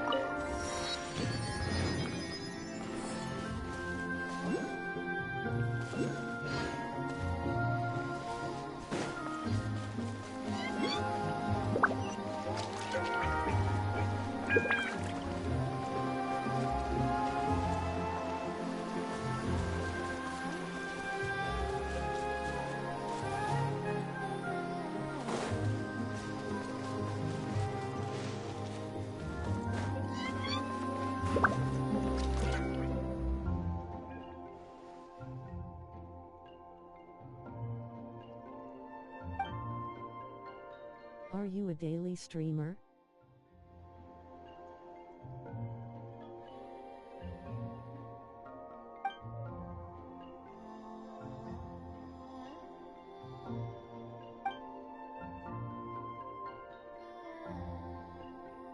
Yes, indeed, grinning face with big eyes.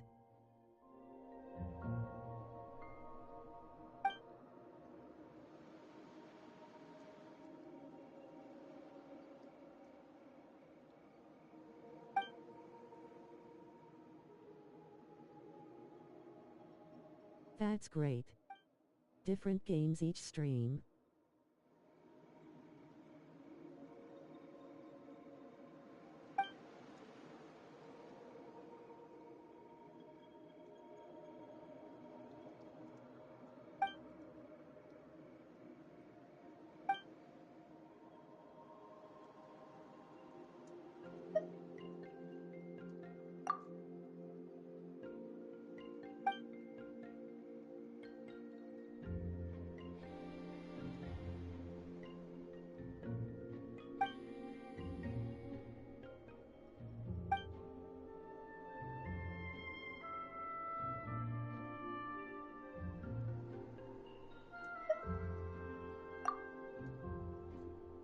I bet you can engage audience.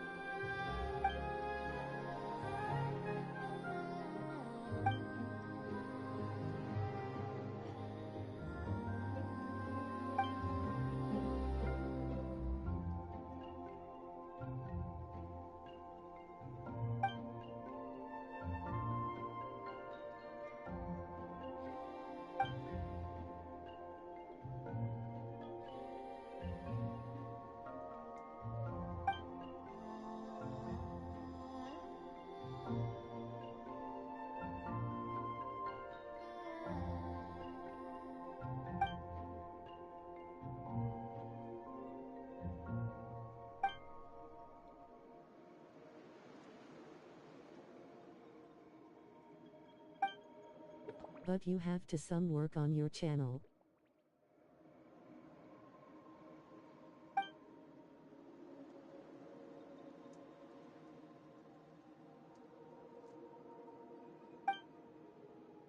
A lot. You have to maintain it well.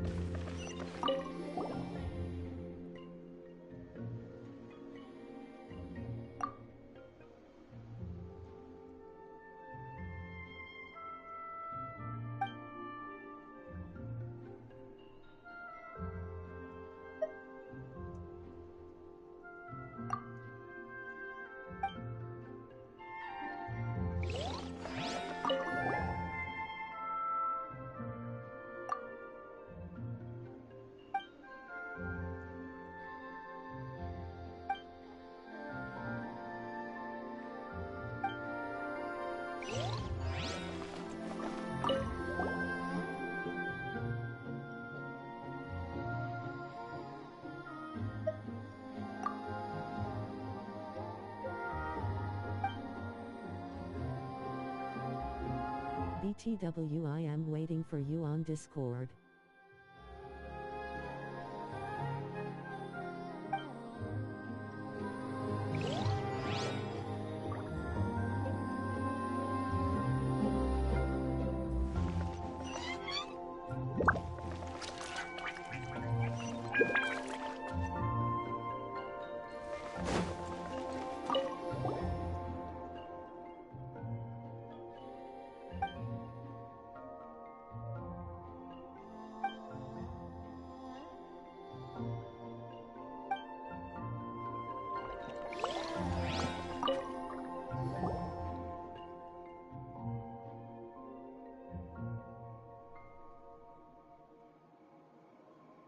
Winking face.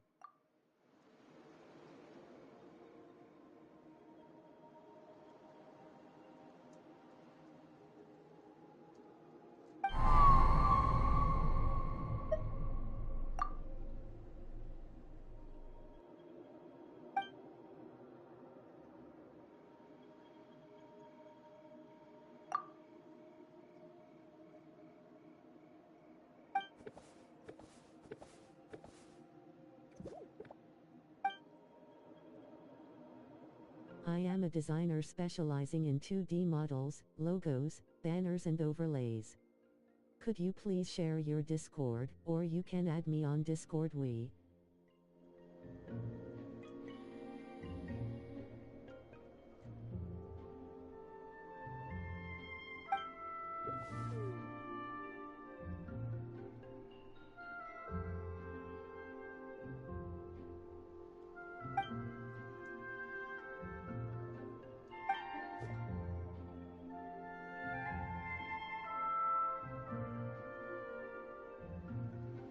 Shinlegendttg is the Discord.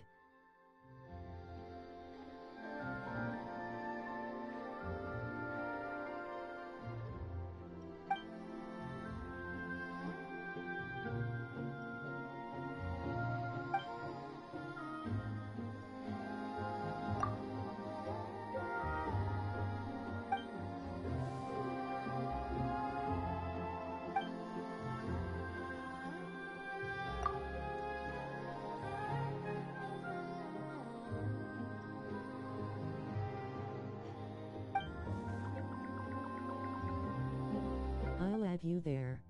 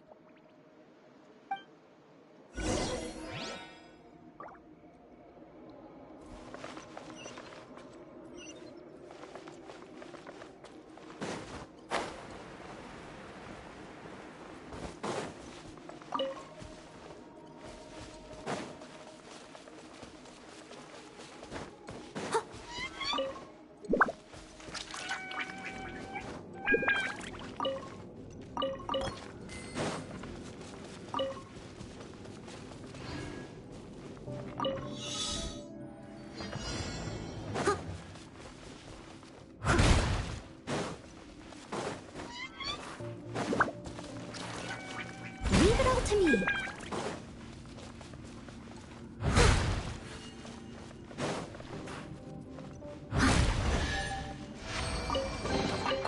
Ooh, wonderful.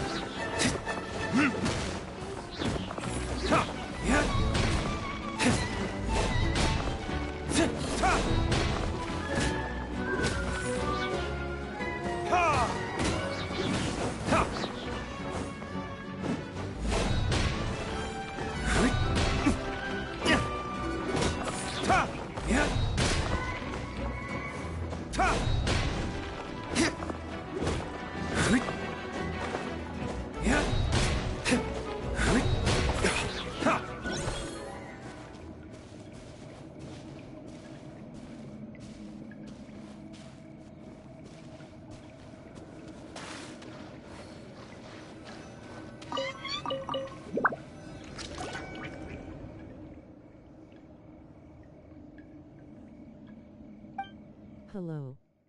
Winking face. Shinlegendttg is the Discord. I'll add you there. Your username is incorrect.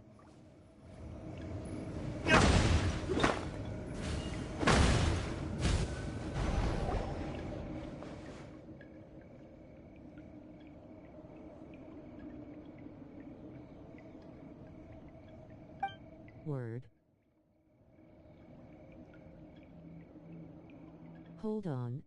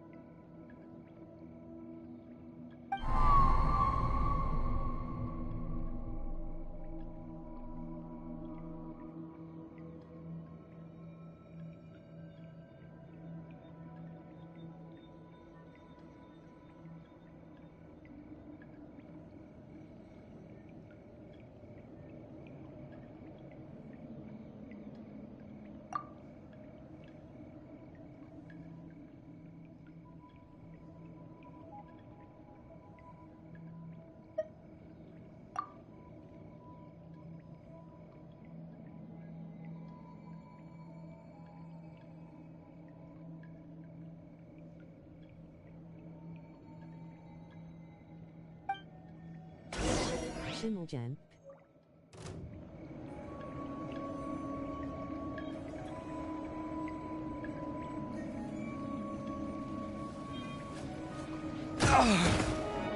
Capital S.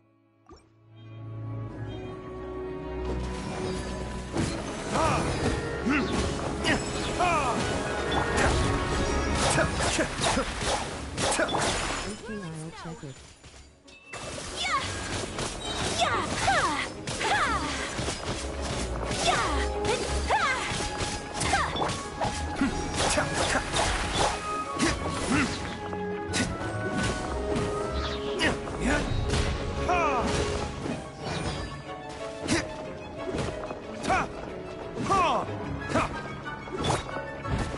Steady as stone.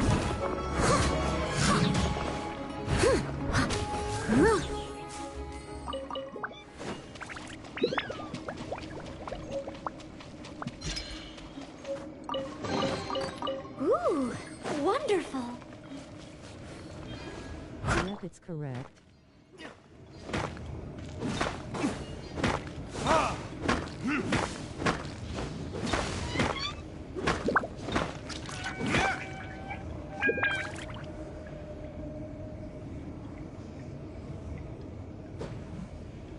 I have sended you a friend request.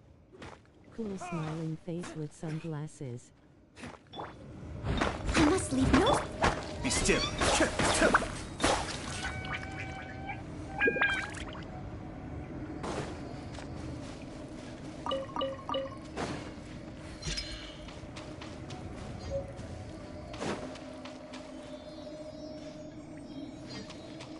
Thanks.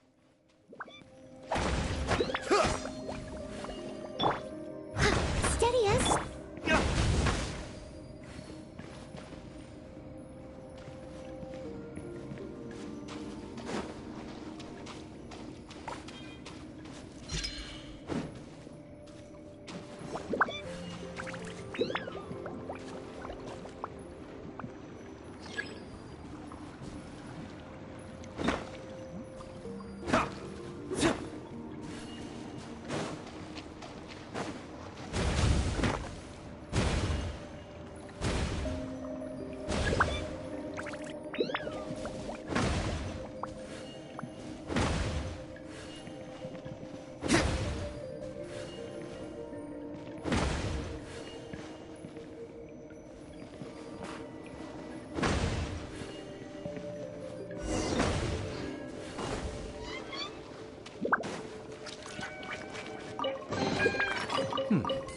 Better than nothing.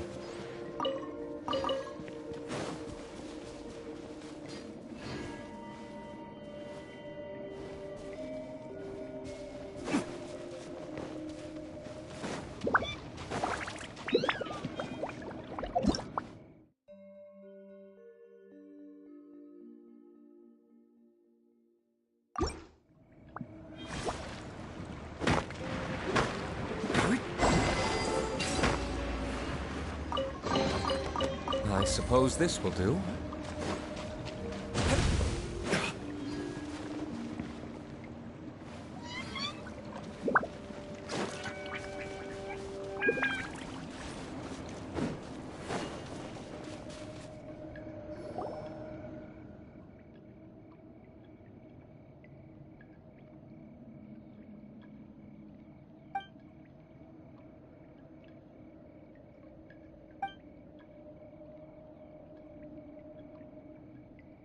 Have you accepted it?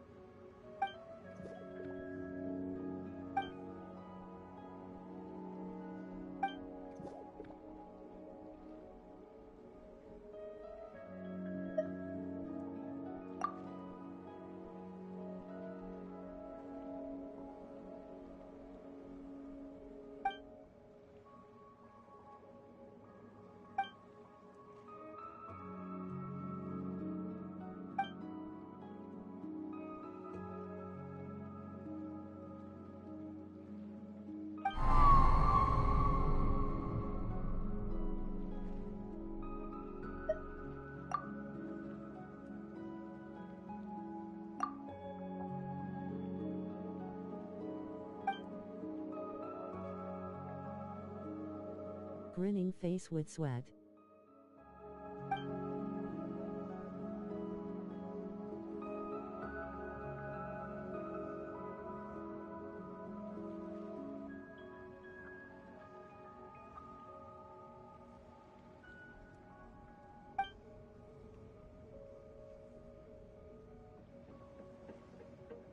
I didn't see the request.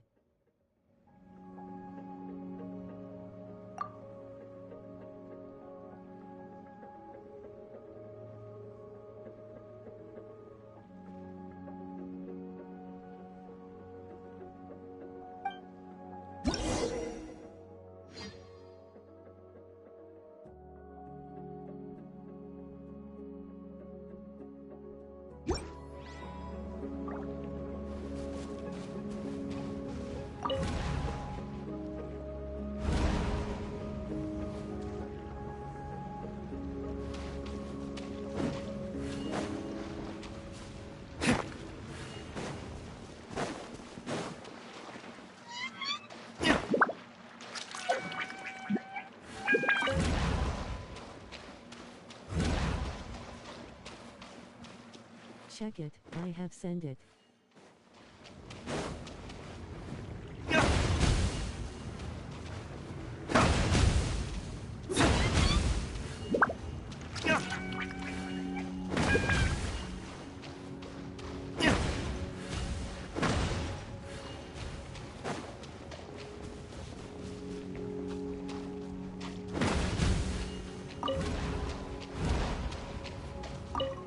You have a bit maye on your PFP.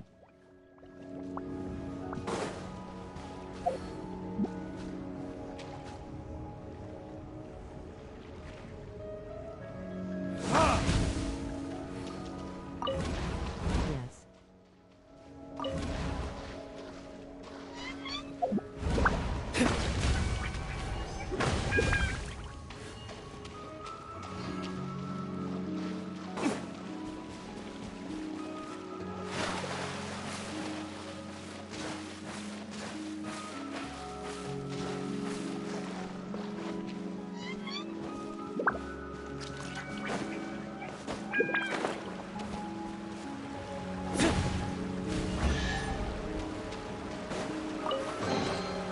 I suppose this will do.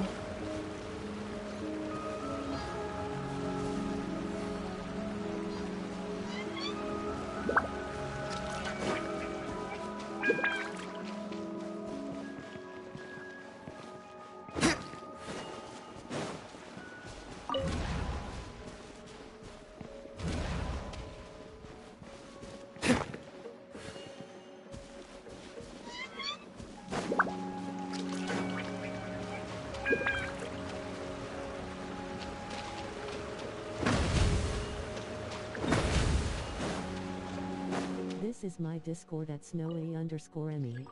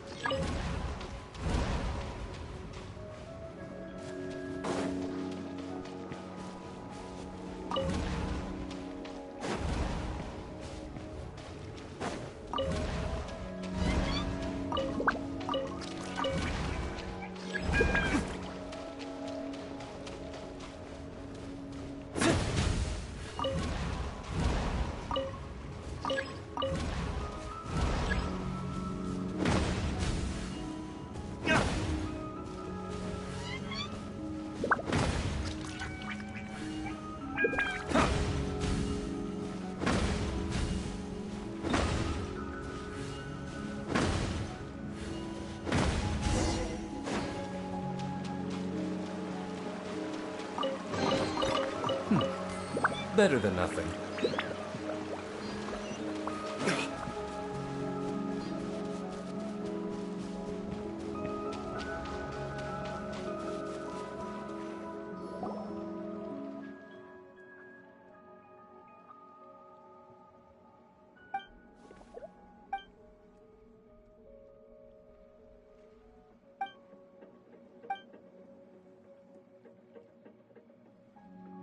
If you haven't played in over a year, then yeah, a grinning face with sweat.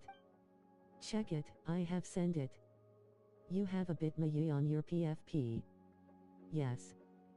This is my Discord at snowy_me.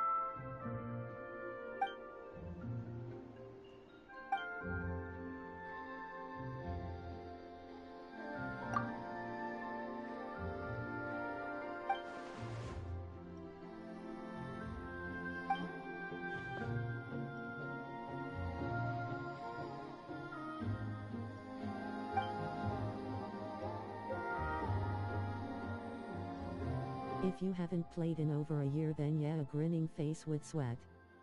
Check it, I have sent it. You have a bit on your PFP. Yes. This is my Discord at snowy_me.